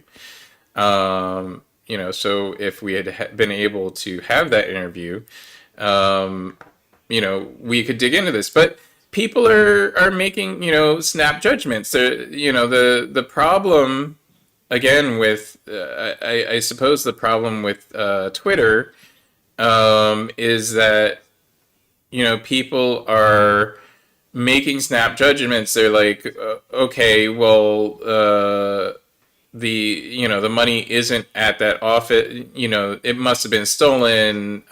We need to look there, and we need to suspend that office or whatever. We need to not give that office another $500,000 so that they can't do their job going forward. Meanwhile, victims are getting intimidated. Right. Meanwhile, victims are getting intimidated. The gun problem isn't getting any better in Philly. People aren't able to, do their thing. These are all long term. Like following the money is a great idea, but it's a long process. It isn't something that happens overnight.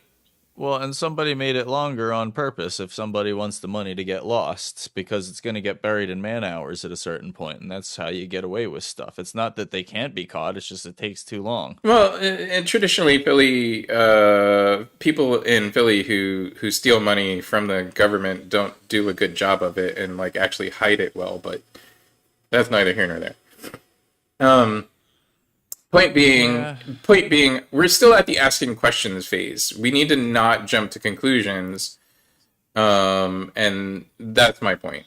And then we get on to who's running for mayor. Oh, and also, by the way, linking back to freedom of speech, I'm having this conversation, which I've brought up. I'm having this conversation on Twitter. It's a relatively small environment, but if I was my accounts were part of the list of anti-fascists that were promoted to Elon Musk to be summarily banned from Twitter because we're anti-fascist accounts. First of all, yes, I am an anti-fascist personally, but my company isn't. My company is specifically anti-racist. I'm a very bad anti-fascist in that I've been kicked out of anti-fascist organizing several times because I'm not communist enough for people, and I'm not. I don't have good praxis. I fucking You're hate. supposed to be communist to be anti-fascist? Yeah, I don't know. It's a long story.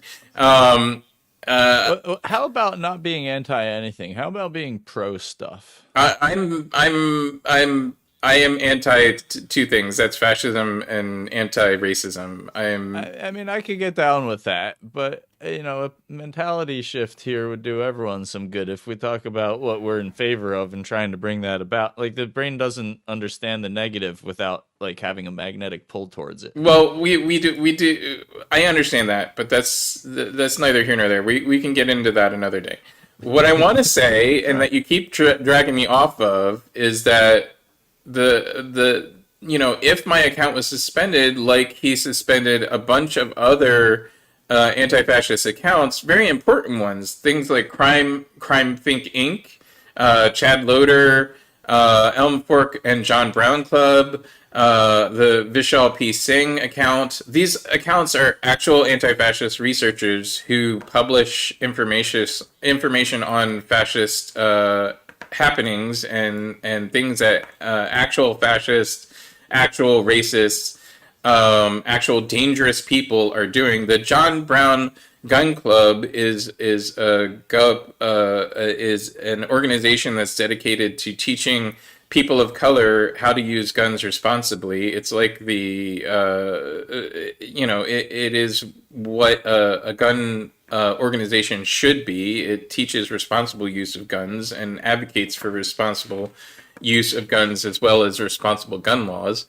Um, these things should not be suspended off of Twitter because if, say, my account was suspended off of Twitter, I'm not having this conversation with David O. I'm not having this conversation with next Philly mayor. I'm not in this conversation. I'm not in this room. I can't bring my voice, which represents other voices, represents the voices of black and brown people in the city of Philadelphia, into this conversation. I can't represent the people that I know that are in victims advocacy and who have fought the system to get this office specifically created because the old mesh system, the old net system didn't work. Do you suppose Elon Musk has it in for folks in situations like yours, or is this just happening because he's too big and doesn't care and doesn't have the time or attention for that detail? I think Like, does he really I want to destroy your ability to talk with David O? I don't think he cares about that. I think what he cares about is that there are people who are bigger than me on the other side of this issue who are fellaciating him on a regular basis, and who say this is a list of accounts that I don't want on this platform anymore, and he wants to keep them happy. That's a problem. That's a problem that nobody should have that much power. Nobody should be able to unilaterally change the landscape of what what is available on a communications platform. Well, it's a big business faux pas, but it's one that's easy to make. But the principle there is treat everyone the same. If you treat people differently, then other people are going to wonder why, you know? And that people don't buy products and services, they buy feelings. Right. So if, And if they've somehow bought the feeling of, well, I'm not as good or I'm not as important, then they're not going to feel as invested in whatever that thing is that you're trying to get them to do with you. and then we get to the subhead of this episode. If you're going to fight a gorilla, make sure you weigh at least 500 pounds, which is Elon Musk picked a fight with Apple recently. Apple is a $3 trillion company.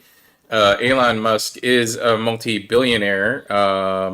He's not a I mean, I trillionaire. find Apple annoying, but they're not evil. Right. They are somewhat evil. I mean, they're a corporation. They're neither intrinsically good nor I evil, but mean, they as tend. far as big corporations go, they're one of the more benign, I Yeah, think, they're one of the more benign. But anyway, and adding a lot to our they world. trend toward good decisions, and they sometimes make very bad ones at the same time. Um, Hmm. but that's a corporation, and a corporation is run by multiple people and a community voice. When you have something like Twitter that's being run by somebody unilaterally, it's no longer a community voice. You're making decisions at the drop of a hat. That's not good business. And he picked a fight with a company that he cannot possibly win against. He doesn't have the money to outspend them. He doesn't have the money to buy them. And you have a bunch of people on Twitter saying, "Oh, Elon Musk's going to destroy Apple." Well, first of all, you're fucking idiots. No, he's not.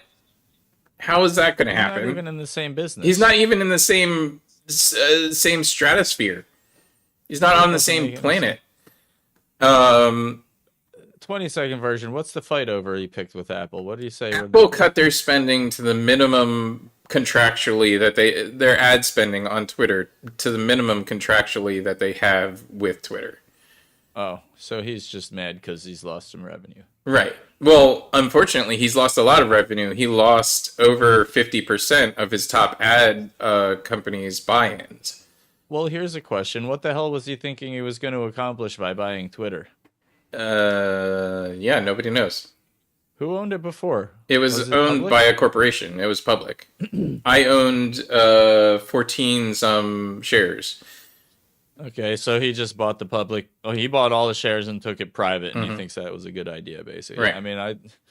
All right, so He spent that was the 44 headline billion news I dollars. originally got. Yeah, Yeah, he no, spent no, 44 no. Why billion the hell does he dollars want to to do do it. it? I still don't know why he wants to do that. Nobody knows why he wanted to do that. Well, I Anyway, mean, it's a beautiful tool if you leave it public. right. It is a beautiful tool if it's public. It's a beautiful tool when used by when governed by a social system. It doesn't work when governed unilaterally, and that's the problem. Is that it's being governed unilaterally. Anyway, but it's neither here nor there. I mean, whatever. At this point, No, that's the crux of it all right there, isn't it? It doesn't work if it's governed unilaterally. All animals are created equal, but some are more equal than others. So he bought the animal farm. Good job, Elon Musk. Now you have the whole megaphone. You can rewire it and do whatever you want with it. But the problem is, everyone thinks you're a jerk and everyone wants to leave your farm now. And because of that, you've ruined a really good communication tool that we were relying on for like small scale stuff, making our worlds go, like local politics, where it actually counts day in and day out. right. Jerk. Correct. Okay, well, now what? Now what? People can pick an alternative, or they can create their own alternative, or Elon Musk can stop being lured in by the right wing and radical racists and sexists and fascists.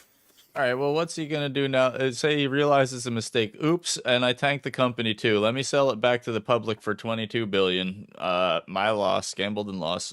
Now, quick, everyone buy up shares.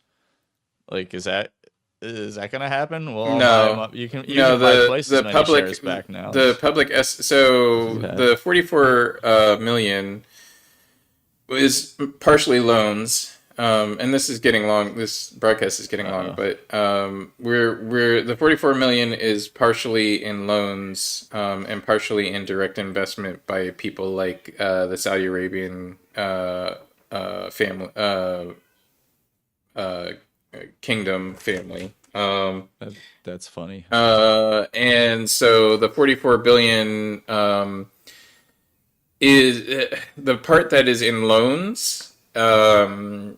What banks often do with investments like that, when they buy into a company like that, they repackage that as its own investment. Like you can buy Yeah, a segment it of this sounds like The loan. Big Short from 2008. It It's is. like, It's exactly yeah, like okay, it. so they're gonna just sell junk mortgages in with a big package and hope that people bite on it. No, not exactly. So in a case like this where it's billions of dollars invested in a single company, they sell that loan package specifically on its own, and you can buy it in the hopes that it pays out. So like, in the case of the loan portion of the 44 billion, it's probably like 10 billion that's been loaned. I don't know the actual number, but let's just say it's 10 billion that's been loaned at a Okay. reasonable interest rate. So the hope would be that if you purchase part of this 10 billion, say you purchase 1,000 of it,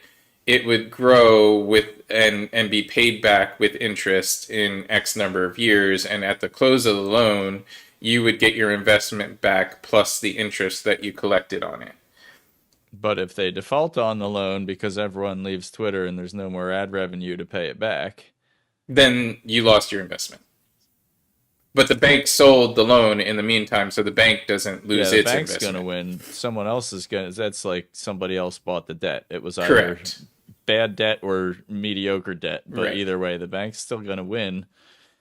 This is exactly like The Big It Short. is exactly like the Big Short. So what the upshot of all that is that because the those transactions are public, that those purchasable portions of the debt are public, and the transactions that are purchasing them are public, you can then create an estimated value for the company still, just like as if it was a public corporation. So currently the debt is being purchased for pennies on the dollar, literally. Like it's like you can buy $10,000 worth of debt for like $900. So you can buy $10,000 worth of this loan for less than what it was worth when they loaned it out. And the hope being there, like if you bought that, well, Hmm. if Twitter starts So showing a profit, then somebody's if going to want Elon to buy Musk it for actually pays more, it back, right? Then somebody's going to want to buy it for more. So you've just made money, got it. and the bank is cutting its losses. It's basically saying, okay, well, I'll sell We it to don't you. think we're getting all this back, so we'll take what you'll sell it to us for, and Correct. fine. Like But we'll at at, least at have some point in the something. future, they could end up buying it back. Anyway, long story long, they're selling the debt, and so what that makes the company's current value is about $7 million or $7 billion instead of the 44 billion that he paid for it. Well, that's a much more reasonable price. So the problem being the private investors, like the Saudi Arabian government, are not going to sell their portion, like sell their portion of the debt They're going to want for to actually collect it. correct. And And in how do they order enforce in that? order for Elon Musk to sell the company, he'd first have to settle all the debts. But he doesn't have that much Uh, money. nope. So, yeah. He'd basically have So to declare bankruptcy. I included it in my will that when I die, I should be packed into my Firebird with my drum set and launched off into outer space. First destination is Mars, but if I've already colonized there, because I do have a plot of an acre of land on Mars, then second plan is to get launched off in the direction of Ganymede somewhere. But yep, that's what you do at a time like this. Just take off your hat and say good night, everybody, and right off into the moon set. Because there's no solving this problem. There's not enough money on Earth to if every billionaire had a problem like this. The the money game is, I mean, like the gold is what money is based on in a lot of cultures, and it's because it's usefulness. It doesn't It's not corrode. because of usefulness, it's because of rarity, but yeah, Well, rarity too, but I mean, like you can coat your spaceship windshields with it, and it no, keeps the there's radiation a off you. So it that's is it it's is pretty useful. it's only rarity. There's a finite amount of gold on the planet, and you can actually calculate what that amount of gold is.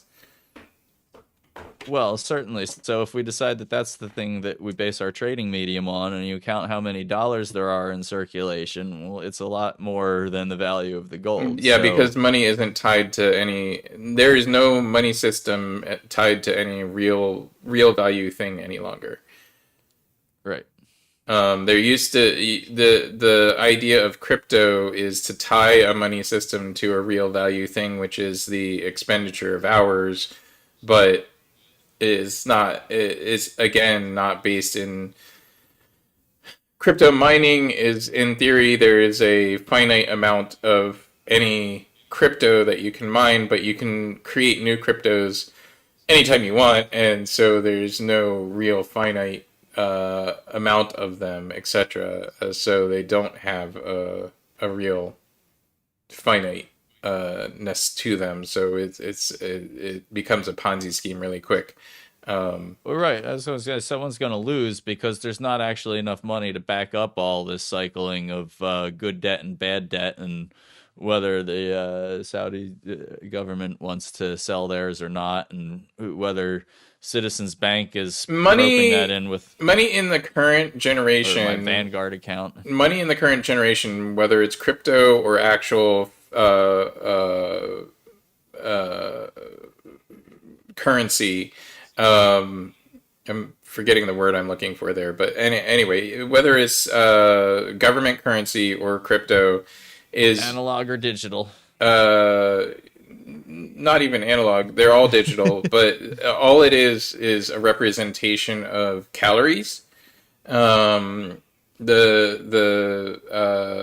ability of basically the money in the U.S. dollar represents the ability and the amount of U.S. dollars out on in the universe represents the ability of the United States as an organized system to generate enough calories to be of that value. So, in other words, between farming, mining, services provided, et cetera, et cetera, et cetera, wind harnessed, electricity produced. There's really actually kind of a small amount of things that go into GDP, but the gross domestic product of the United States, in theory, is worth whatever. I think we're at like 4 or 5 billion a year. Let me look. Let me Google that for you. U.S. GDP. So can I get paid in 23, calories? 23 trillion. You can get paid in, actually, you do get paid in calories quite I often. love getting paid in calories. That's yeah. Uh, I'd like to switch to an entirely caloric based so money system. we're at 23 Because trillion like I need some GDP. work done on my front room. I got a little bit of a Hang on, leak and I want to have a Sticks. Hang window done. on. Hang on. Well, those guys are going to need a lot of calories to Yes. do all that work. So I got to Yes. pay them enough so that they can put all that food in their belly and store it in their Correct. fridge and pay for the electricity because I want them to take their calories and spend them over here instead of on their Correct. house. And so that's what all financial systems are based on. We're at 23 trillion gross domestic product. That means the US produces a value of $23 trillion per year in product. How many calories is that? I don't know. I can't work it back that fast. I'm sure somebody's done the computation, but there's less than what I don't know what the issued currency of the United States is, but the dollar, the amount of dollars out in the universe isn't even limited by issued currency. The what the that 23 trillion goes against is our ability to pay it back, so that um, uh, we talk about the debt ceiling every year or so. Uh-huh. Um, Let me look that up. And we're about to talk about it again because we have But we keep another raising the roof. Republican House. Our debt ceiling is at 31.4 trillion. So, in theory, if everybody called in their chips, the U.S. could pay back the national debt in under a year.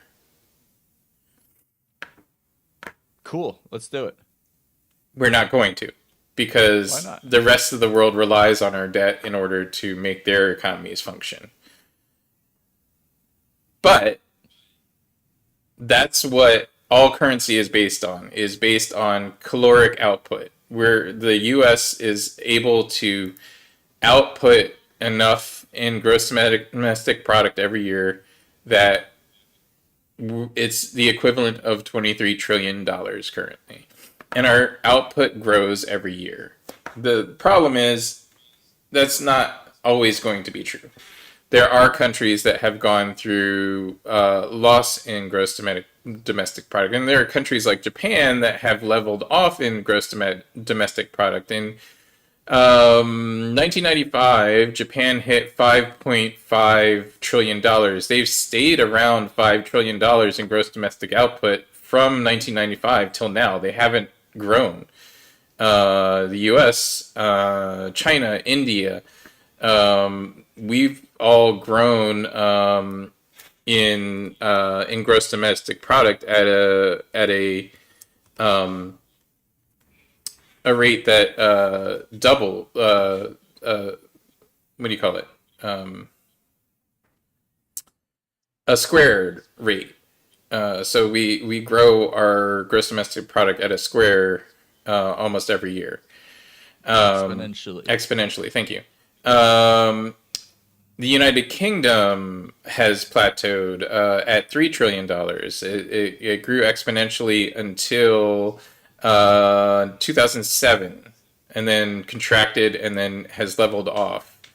Um, uh, Same thing with France and most of the EU. They've leveled off in GDP, um, and they have no way of growing any longer. They can grow directly, but not exponentially. Um, Well, there's ways to tip this balance. The petrodollar is part of the world currency exchange because a barrel of oil has inherent value no matter what, and its market value changes. But in about 2015, things shifted with the price of oil. It was something about the pipelines, the Keystone XL pipeline, and the protests. Up until then, the only time in my life the Canadian dollar has been stronger than the US dollar has been like roughly from 2011 to 2015-ish. And I was going up to Toronto every year at that point because it was profitable for Lorne, who's the director and founder of Mystic Drums, to pay me to come up there. And he was so busy he needed more performers in Toronto for March break. So for a while, I was making, $1.11, even $1.20 on the dollar, because of the exchange rate. But then, 2016, 2017, it went back in the other direction because the Keystone XL pipeline extension was halted successfully enough. Which actually, ordinarily I'd be in favor of something like this. This time I was like, damn it, no, they could do pipelines safely, and we kind of need the revenue, and that was making Canada strong in the petrodollar because they were able to refine and ship oil that hadn't been available to them before. So they didn't have to be the as tied to the the exchange rate. the They could trade Keystone in the oil. Keystone pipeline isn't about oil price though. Keystone pipeline No, is tar not sands. directly. Keystone pipeline is tar sands, and oil Yeah, price but the is tar light sands crude. is right. But the tar sands were making Canada more money because they were able to produce that. Basically they were able to pull more oils out of their own more barrels of oil out of their own ground, and that shifted the balance Tar of sands don't currency exchange. directly translate into light crude. You can sell No, tar sands for development into petrochemical products like plastics, but not light crude is the only thing that affects gas prices. And the Keystone Pipeline, the only thing that the Keystone Pipeline did was allow Canada access to U.S. shipping ports without basically without paying duties to every state that they cross. right.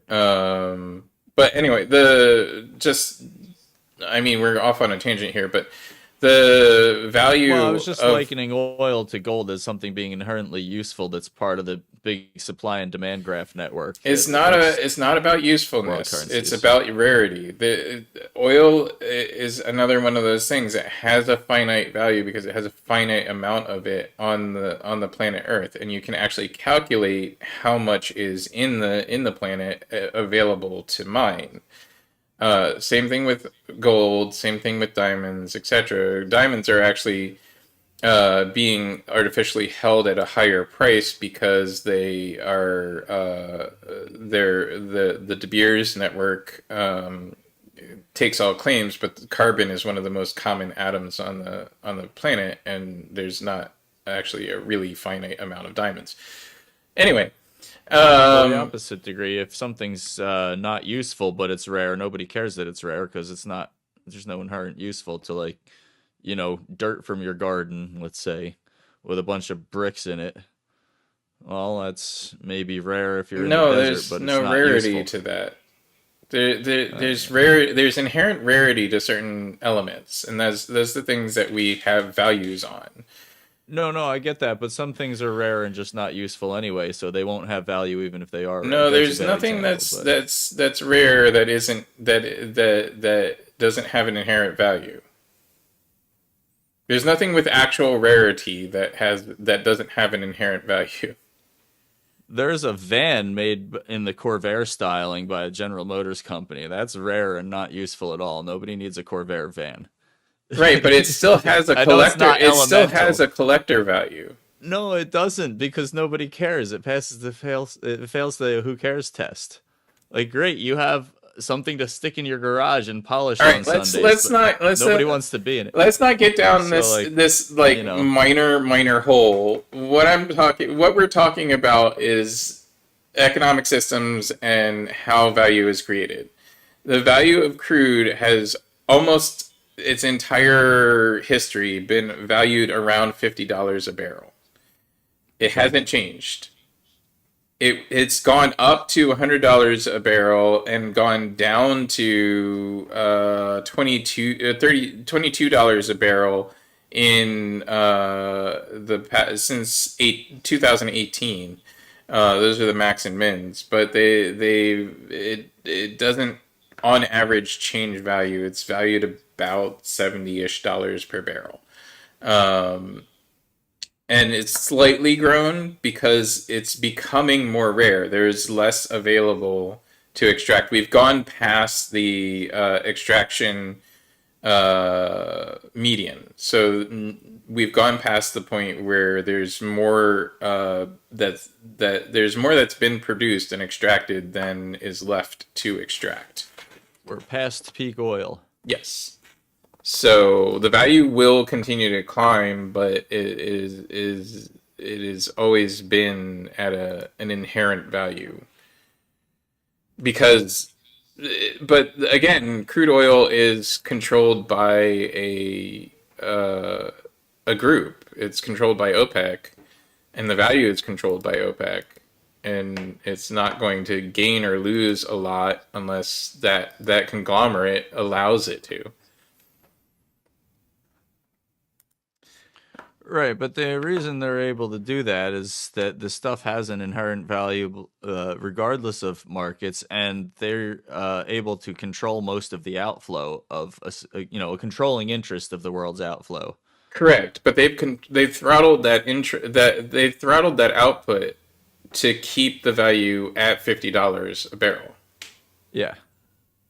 It has nothing to do with the value of oil doesn't isn't inherent to the marketplace.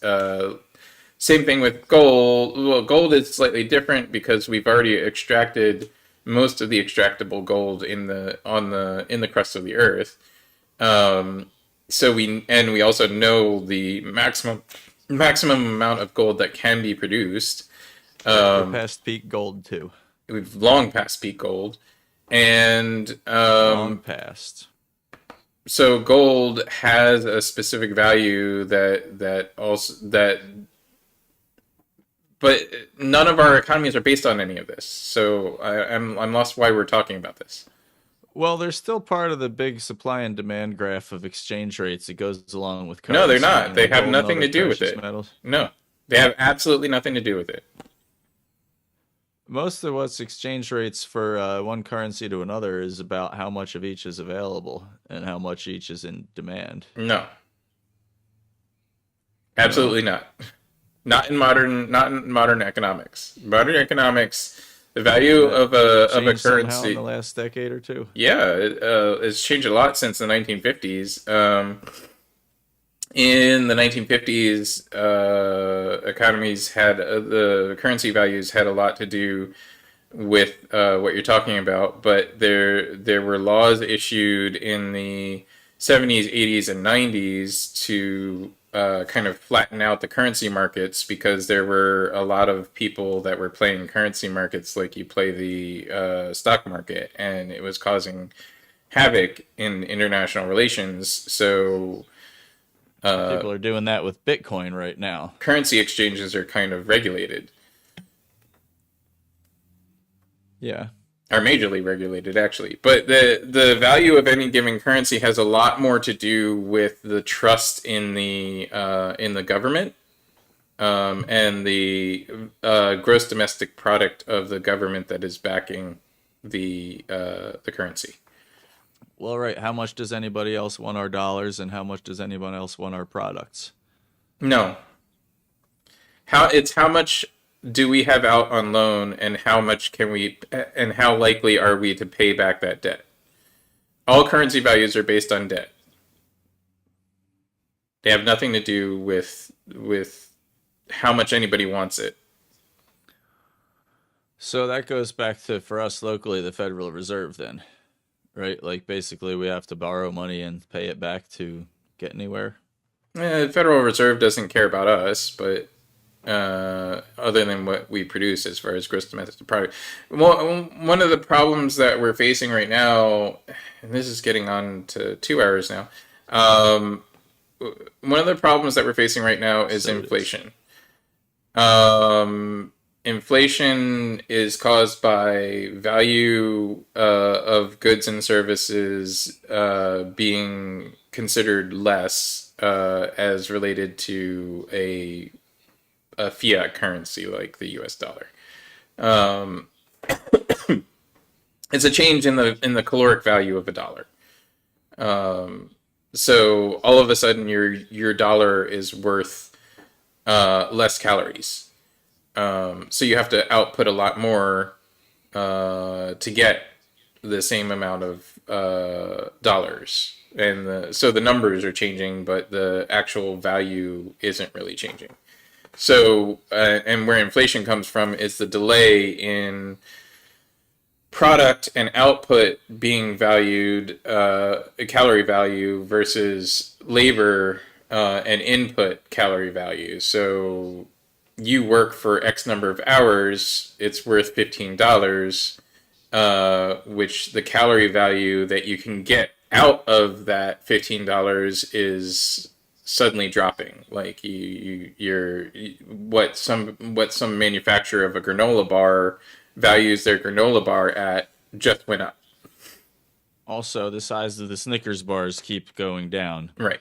and the king size is now just two fun sizes. Right. Like what? But it So still costs what, $2.69? so I what remember when these were a so dollar. that's like that's what actually causes inflation, and unfortunately, it's just something that we have to deal with right at the moment. Yeah, well, on the other hand, if you got your own garden and put your own hours and calories into growing your food, then you eat those calories and you're unhinged from the currency system while you're doing it. Correct, which is You know? why a lot of government things, not to be conspiracist, but a lot of government things are geared towards forcing the individual to participate in local systems. Right. Like, you can't pull yourself off the grid because it's practically impossible to pull yourself off the grid.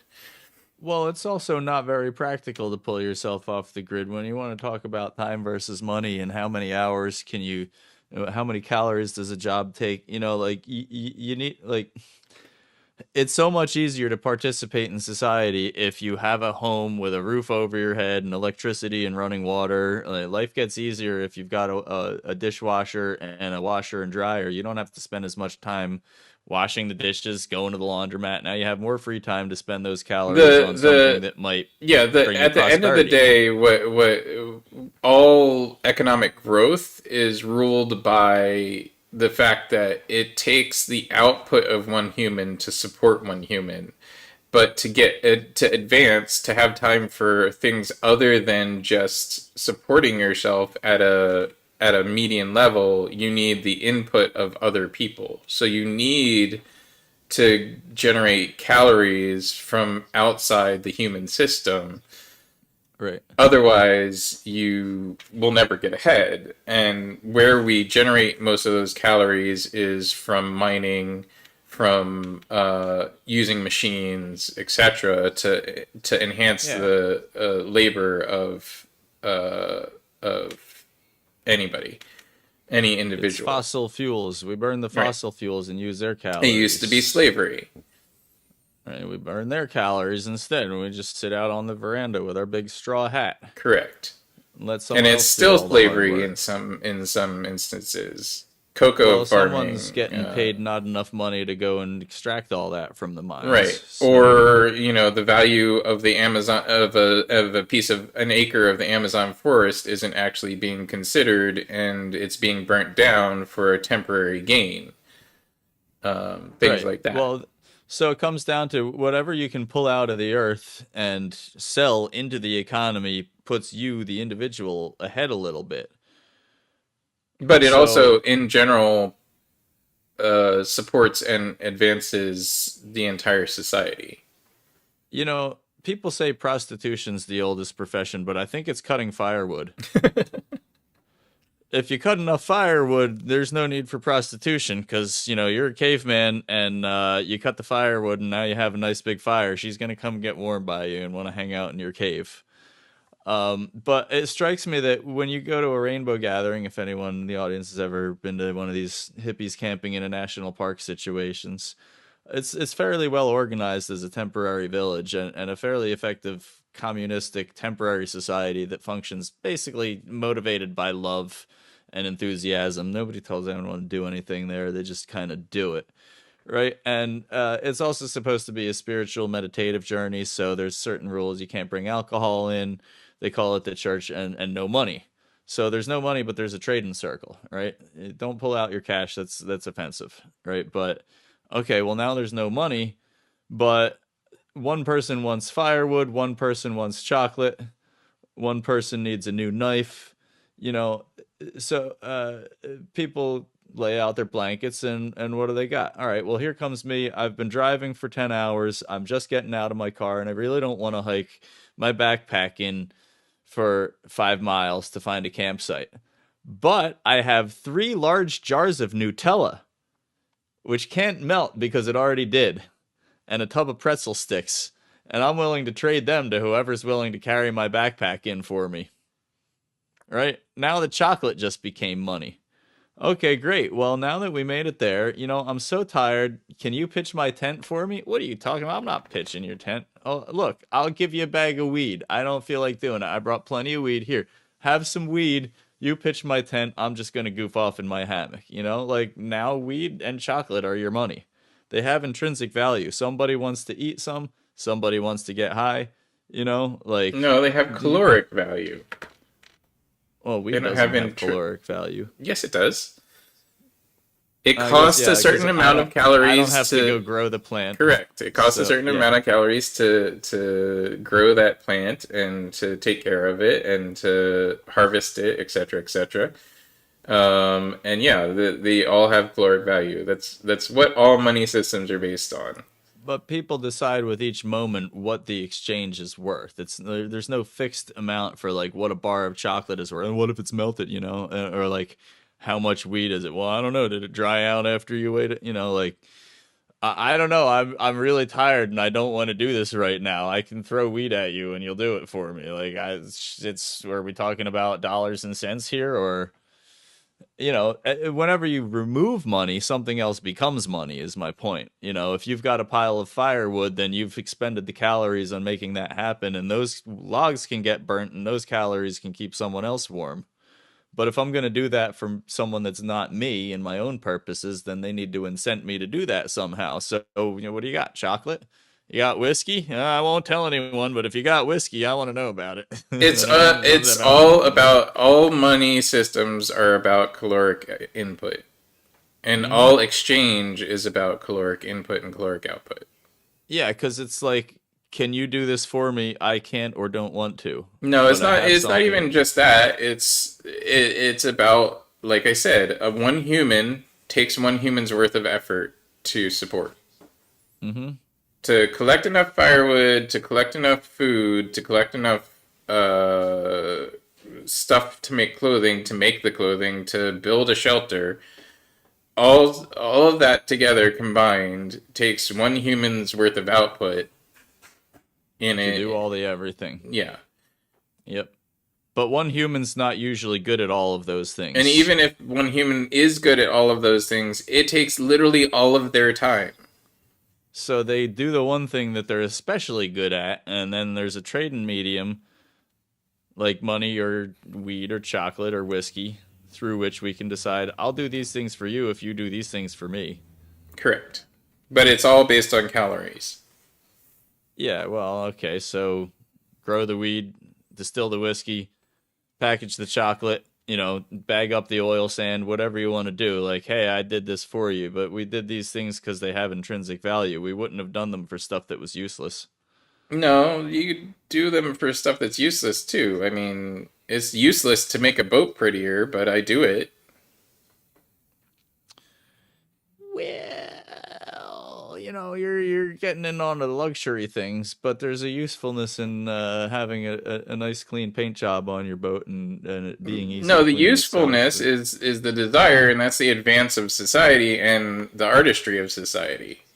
I mean, the boat goes faster if the hull's in good shape and all slick and Not the polished and top sides. everything. Nobody And cares about the top sides, but quicker from to a clean the practical top standpoint. sides if you keep them clean regularly and wax them nice. Like Anyway, maintenance takes time, so the quicker you can make that happen by regularly upkeeping it but you properly, need more saves you long term. calories. You need Yeah. to produce more calories than you can produce to maintain the boat, So as an sometimes example. you got to buy your friend hoagies and call it fun, like Tom Sawyer painting the fence. No, but whatever you do, you have to develop more calories than you can individually develop. So you have to find another source of calories. So, for instance, with growing weed, you can grow a lot more weed if you use fertilizer. And you can grow even more if you use electric lamps to make sure that there's sun on them all the time.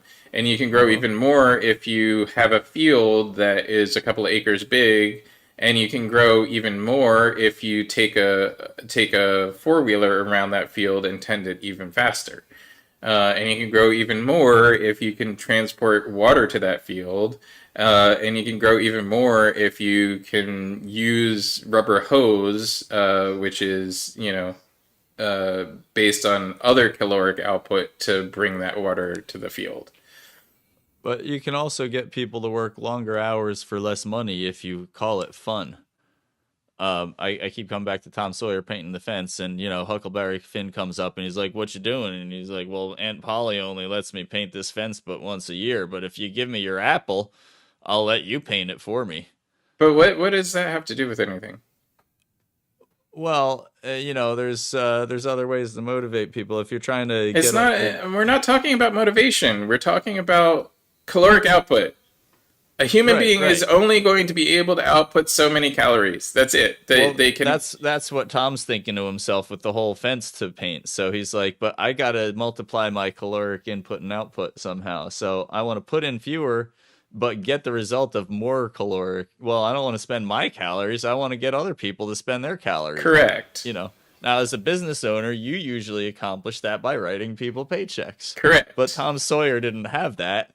He just had his cleverosity and his Right. ingenuity, So and he mined he's like, humanity for caloric output. basically, yeah, by convincing them it was fun and getting them to trade him thing. Now, two other real life examples for me. I've been doing this hayride. I don't do it anymore, but it was like $10 an hour to set up sound and lights for a hayride out in the woods on the farm.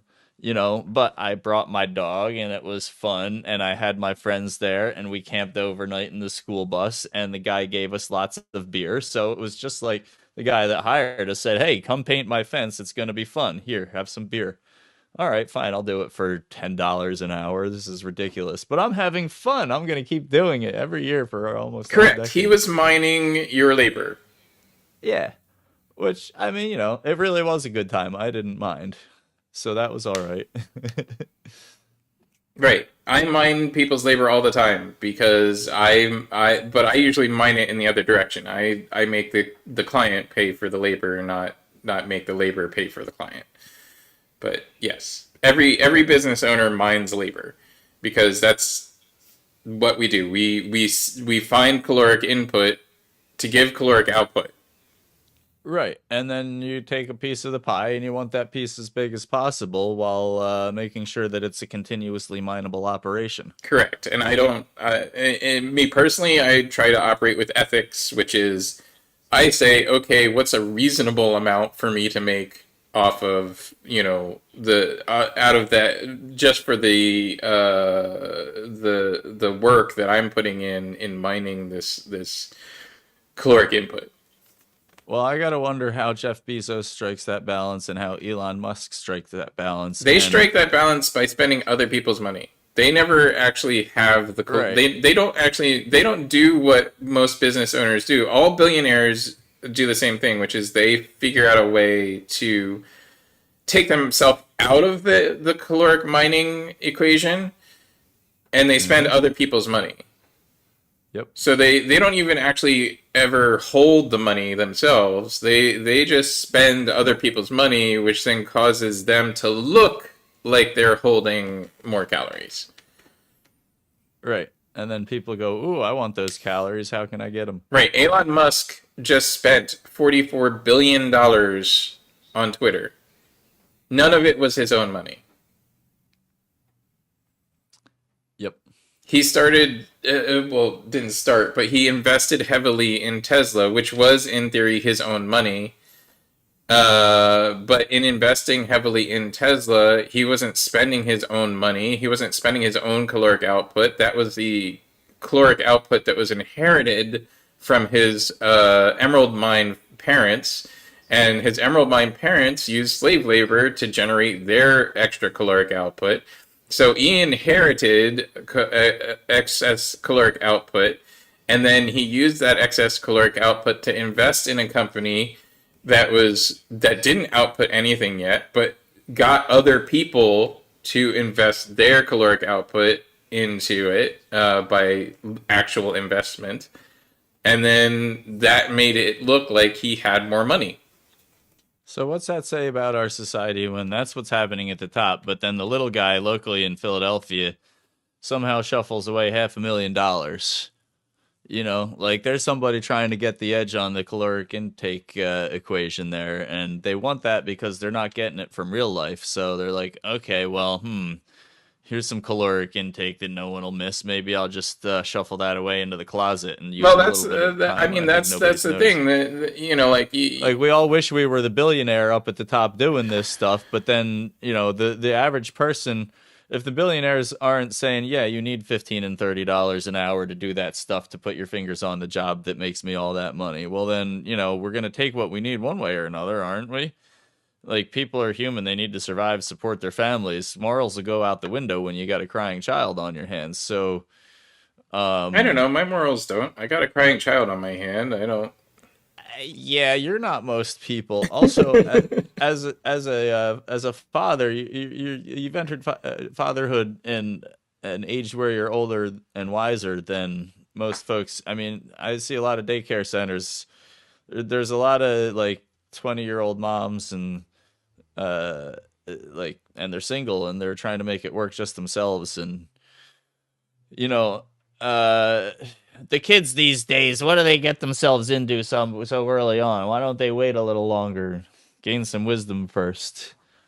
But also, when you're younger, you don't have earning potential the way you or I might have right now, and it'll, if you have kids and you can't make ends meet, then not everybody has the ability to just climb a few rungs of their own ladder. I'm not saying climb. If you, I don't believe in bootstrapping. I'm not saying that people should.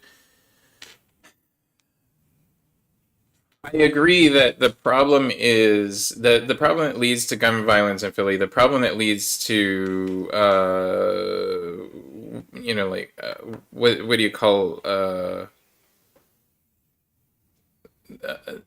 that I understand that the reason that all of these things are endemic, the corruption in Philly, that's the word I was looking for. The things that lead to corruption in Philadelphia, the things that lead to gun violence in Philadelphia, yes, they're all the same things. And that all ties back to what we were talking about with the Emerald Mine, which is the United States as a society in general has mined the lives of black people, and especially the lives of people in cities, because people in cities output a lot of calories economically, because cities are organized to make work more efficient. You put people right Hmm. next to each other, they can hand each other things very much more efficiently. Yep. But the country has mined that resource, that efficiency, and used it to transfer that caloric output into the countryside, where we have farms and we have farmers and we have less people who are further apart from each other, but we still need those people because they do generate caloric output. They generate the literal food. You need to Yeah, support that's what that. it really comes down to. You need to support that, but that mining, that act of mining the inner city, has an ongoing effect, which is you have the people, and now you have the telecommunications ability to actually see what's going on real time. You can actually be upset that, hey, I'm outputting the same 40 hours a week of work as the farmer, but the farmer is getting $4 million a year, and I'm getting $400,000 a year. Why is that? So but that mining has a problem. That mining will always lead to people being disenfranchised, people being upset, and they might not individually recognize why they're upset. Like, the dude that drops out of high school because his high school doesn't have enough money to give him a good education, or train him in the arts, or give him exposure to lots of people that look like him doing lots of different things. That dude that drops out of high school and then decides to deal drugs so that he can get by might not consider that he's had to do that because those dollars that should have gone to his high school are going to some other high school in, a rural county, like nearly a half a state away. Um, he might not actually be able to suss that out, but he can see the inequity, and the community can feel the inequity. The community can understand that. It's the same thing with the Office of the Philadelphia Victims Advocate versus the Office of the Victims Advocate that's a state agency. The Office of the Victims Advocate that's a state agency does not handle Philadelphia victims. We're part of the state. We contribute to that office's funding. Why do they not handle Philadelphia victims? We have over half the population of the entire state. Why do they not offer help to victims of crimes in Philadelphia? It's a direct transfer of money from the city to the suburbs, and it only benefits the suburbs. The society can recognize that, can see that inequity directly. What does the society do? What do the individuals do? Now they've lost faith in the ability of the society. So we can see that our schools are underfunded. We can see that the services provided to the residents of the city are underfunded. We can see that directly. What do we do? Well, now we question and lose faith in the ability of the government, the society, to take care of us. So we set up a sub society. We set up our own social system. We try and find ways to not participate in that bigger social system. We avoid taxes. We avoid transferring money to to the greater social system so that it doesn't, it doesn't leave our neighborhood. Well, yeah, We it's the same thing hippies do with the rainbow gatherings. So we're like, what? The government? Ah, screw all this. We're gonna run off in the woods and no money, weed and chocolate. We don't have our police system. We got our bunch of dudes with walkie-talkies just watching out for each other. Like we don't need your park ranger nonsense. Those guys are the enemies here. Right, Like, but as in any social system, we're talking about the city here, where you're going to have people that want to gather more resources. All humans have an innate desire to generate excess so that they can take advantage of that excess and do what they want to do. So right. you're Well, going to have that's we're people, back to the crux of it because right? where did that $500,000 go? And Well, that half a I million come back to dollars went to this. somebody who wanted to gather the excess resources so they could do what they want to do. Right. And So there's this beautiful illustration of Huckleberry Finn pointing back at Tom Sawyer and going, "Ain't that work?" Because, like, wait a minute, are you really trying to trick us all into doing more work for less money or less calories, as it were, just so you can sit back? Like, why is everybody always trying to do that? Well, either they're greedy and they're psychopathic or sociopathic, like CEOs, and they don't know what it's like to be an ordinary human and they don't have those level of empathy, or they're desperate and they never had that degree of success and they're tired of not getting it. And they're like, well, doing it by the book isn't working. So what are my choices? I got to trick people into it. I got to steal it. I got to force people into it. Like, I got to rewrite the rule book somehow. right, This just isn't working for me. It's stacked against me. So yeah, of course you have subcultures and pockets of small integrated societies of this like-minded or like characteristic people, you know and we're not good at being cool to the underdogs and the downtrodden in this country, which is why you have proud pockets of the LGBTQ community, the BIPOC people of any degree of descent. Even Asian people face being treated differently and get sick of it, and everybody handles these in different ways. But there's all sorts of communities where, like, well, we're here looking out for each other because y'all aren't looking out for us, and well, that's a symptom of yeah, and something the worse. solution is to democratize and actually provide the systems that people desire. Um, at least that's what a lot of people theorize the solution is. It's never happened, like universally. It's never happened in the history of the United States, but if you look at the suburbs, that's the closest to it happening. But the suburbs do get a lot of extra caloric input from mining cities for their money. So what does it look like when the caloric output of a micro region actually matches what they get out of that caloric output?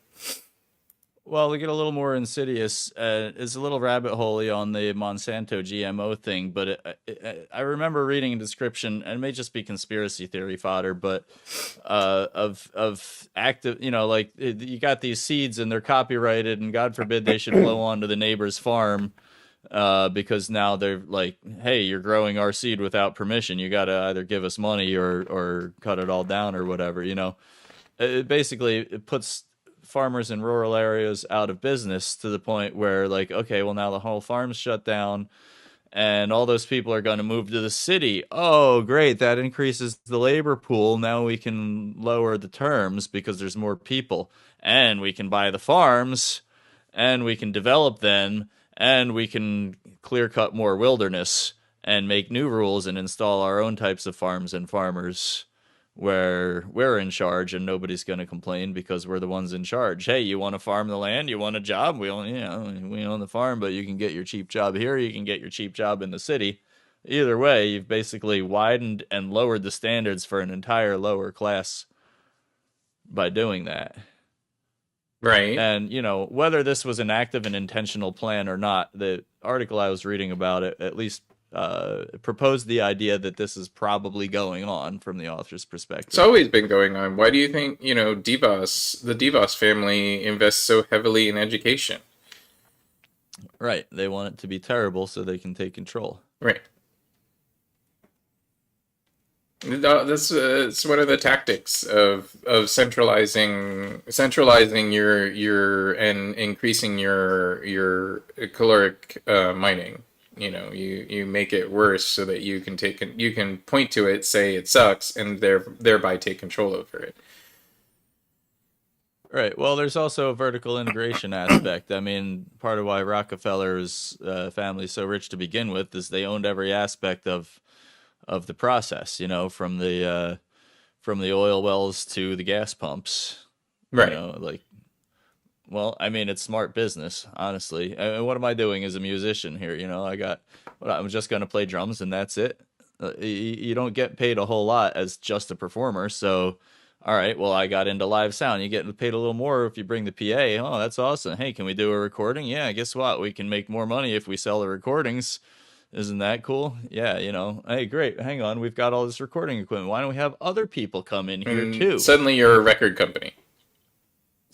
Who knew? I was, like Right. one piece at a time, but it would be foolish to drop any part of it. Now, I'm not saying that I love every aspect of it, but every aspect that I can have some control over means that it'll all trickle back up to me one way or another, Right. and it may not You get a always cut be of it. tangible. It But may not always be monetary, but it keeps a whole system going. right, but you always And do get a cut of it.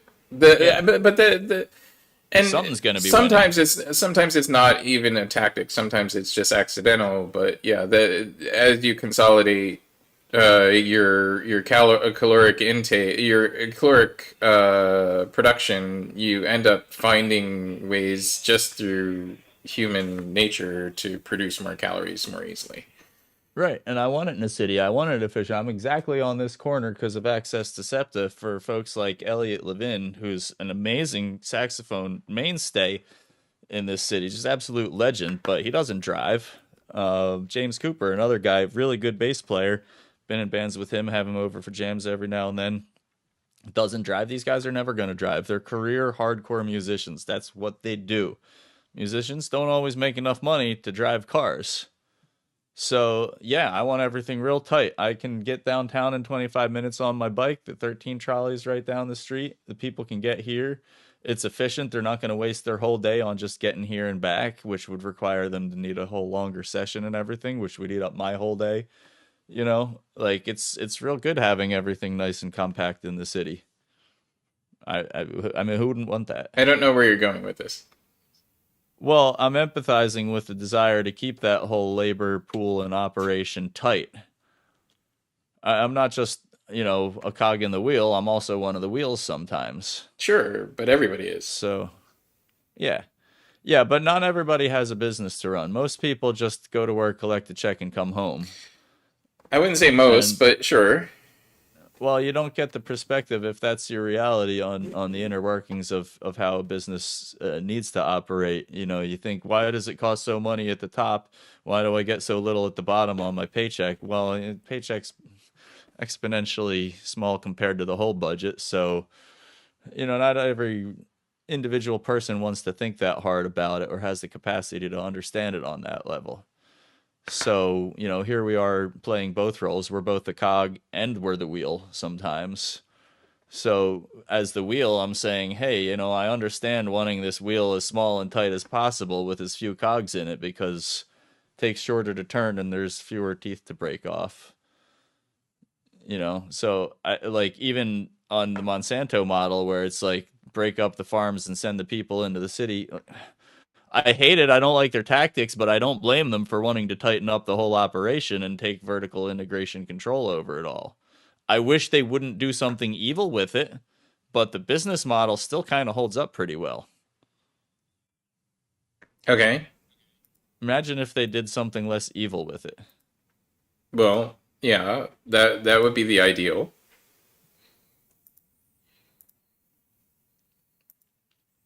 I mean, like, there's a lot of things about efficient city living that Philly could learn from places like Manhattan or Tokyo. where people are really packed in, and in some ways that's an improvement on quality of life. Like fewer cars, for example, or fewer trips in my car. I mean, Okay, I'm these are still lost where great you're shit. going with this. You are way down a rabbit hole. Am I? I mean, I think the whole thing is about the caloric intake and tightening up the labor pool and gross domestic profit, right? Tying it back to the value of currency, which is to me just a trading medium for people doing things for each other. So you can call it money, you can call it commodities, or you can call it caloric intake. But at the end of the day, I want something done for you, you want something done for me. Like we trade, and it's easier if there's money. And we Right. don't have to talk endlessly about it all We afternoon and started talking about decide. money because there was an aspect of what you were saying that didn't make sense about money, which is you had a really bad Something idea about about how money is based. intrinsic value of things like gold and oil because we inherently need them for things, Right, but whether that's they not have how an it's based. exact dollar value or not. Right. It may not be directly based like that. Yeah. So that being the case, it doesn't take away from the intrinsic value of these things, and those are things that There like is no just intrinsic like a value to anything that you mine. The intrinsic value is in the rarity of the value of stuff that you mine is in the rarity of that stuff. yeah, but a pile of firewood, the rarity is whether you have one next to your fire or not. No, the There's plenty of the firewood. rarity of firewood is also firewood doesn't have a value like gold or oil. Things that are valuable that have a value in the marketplace are that you're talking about that used to be the basis of currencies have a specific rarity in that they are things that you can calculate the total amount of them, scientifically calculate the total amount of them on Earth. Gold has a specific number of grams that exist in the crust of the Earth. Uh huh. Oil has a specific number of gallons that exist in the crust of the Earth. Yep. All of it that used to back currency or in any way in theory backed currency is about specific rarity.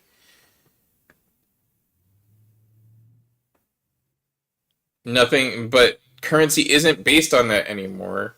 We decoupled currency from rarity in decoupling the US dollar from gold. And we created fiat currencies. Fiat currencies are only based in the ability of a government to pay back its debt. That's the entire basis of all current fiat currencies now that exist. All currencies that now exist are based on the ability of a government to pay back its debt. The idea that a government can pay back X amount of debt. Okay, so basically the government exists on taking out a bond and then paying it back. So, No, the right, government like, exists on organizing on protecting parcels of land.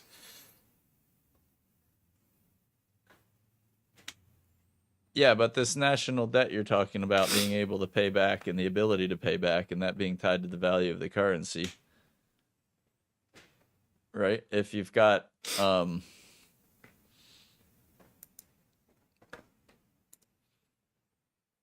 if you've got all of it outstanding and you don't have enough to pay that all back, your dollar's going to be weaker, right? Right, but that Is doesn't that happen and why doesn't that happen? because in the US, ostensibly because there is a debt limit. Even if we got rid of the debt limit, it still wouldn't happen because the U.S. government can it basically can always pay back its debt because the economy of the U.S. grows at an exponential rate. Therefore, any debts incurred today are worth less, exponentially less tomorrow. So there's a good example here of the debt from the New Deal.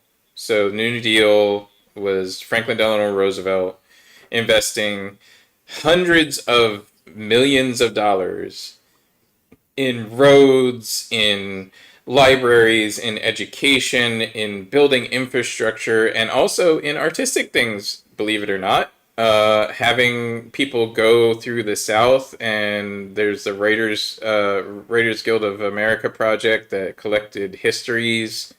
Um, there's Well, where did he hundreds. get that money to invest it? He just created it. It was national debt. Right. So So it's not like he opened up Uncle Scrooge's money pit and took out enough gold to buy all these no, things. he wrote a check that we didn't have the money for. Right. So now we're in debt. So we're in debt. So other people can buy that debt. They can invest in that debt. Same way that people can invest in the debt that Elon Musk took out to purchase Twitter. Right. So they bought the debt. The thing with the debt from the New Deal, it was worth more than the economy had ever output up to that point in time. It has Right. never So ever been paid back. The it's full like debt of we're the borrowing more than all the money. right, we're borrowing more than all the money that has ever existed, and we're never going to pay it back. We have never paid it back because what has happened is as the nation took advantage of that expenditure, we got exponentially more out of it in production than we did than the money that we put into it. So as we get more exponentially more out of it, the value of it disappears. It's inconsequential now. The amount of money that we actually output in the New Deal didn't scale with, and didn't go into the future as increasing debt. It wasn't the same percentage of the gross domestic product in ad infinitum. The gross domestic product grew, And therefore, and that it amount was of debt, enough to cover the debt. right, and that amount of debt became inconsequential. We don't have to pay it back because it means so. Like if when you're a We don't little have kid, to pay it back because we have more than that coming in, is what you're saying, right? basically. So I'm gonna make this like relatable to a normal human. When you're a little kid, you buy a toy for $15. Yep. You might save up forever to buy that toy because that $15 is really hard to get when you're a little kid. Uh huh. But you grow up and you build skills and you go to college, and you turn around and go to buy that same toy 20 years later. $15 means nothing to you. So you could just buy hundreds of that toy if you wanted to.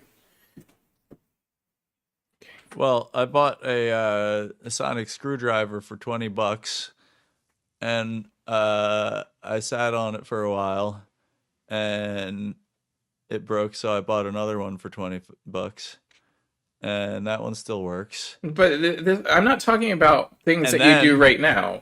I'm and talking. then I went shopping for a third one, and the price went up to $50. I'm not Now talking I could about. sell both of mine.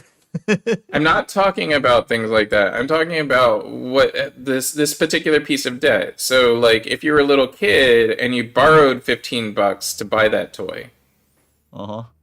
and then you 20 years later promised to pay back that $15 20 years later, But only $15, not with right? interest. There is no interest on the national debt. Oh, that's good. So you promise to pay that $15 back 20 years later. Then it's not a big deal because you got lots of money and inflation's in your favor. Well, and ignore inflation for the moment. It doesn't matter. Inflation doesn't matter in this case because it's a national debt. The money value doesn't change.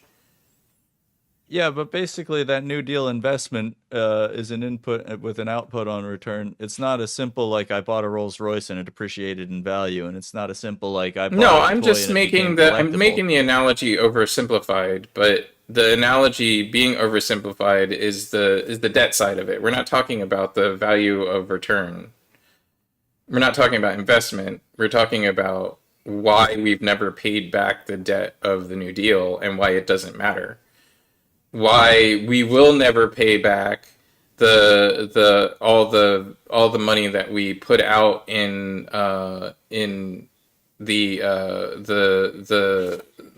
economic injury disaster loans, and we'll never pay back all the money that we output in the unemployment coverage.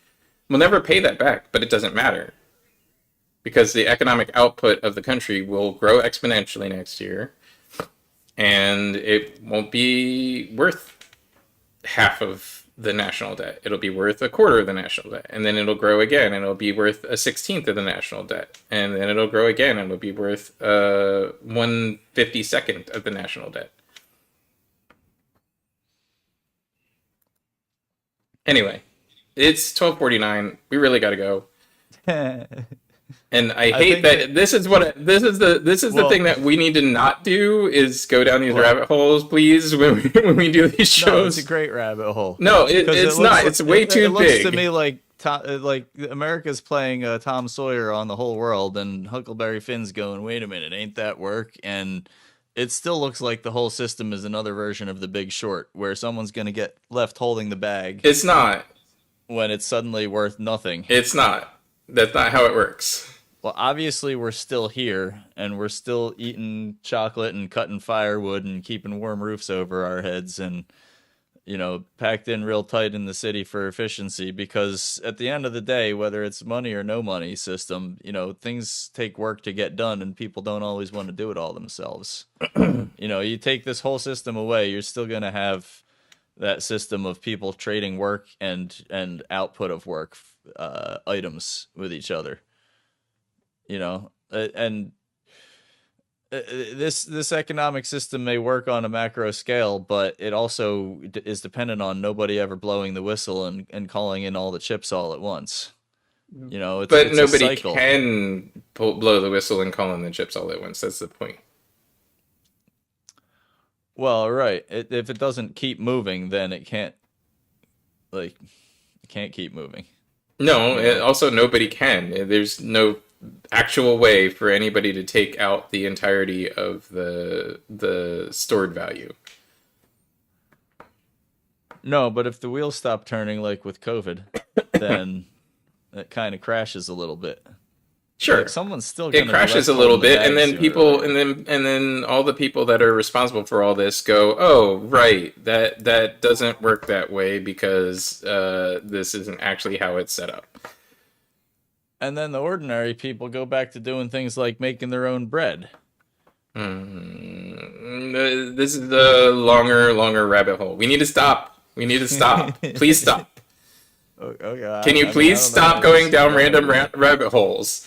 But they're one of my specialisms. Uh, I don't know what's real anymore. anyway, I'd like to end the show. I'd like to talk about one moment about the Philadelphia mayoral race, and no rabbit holes, please, Sticks.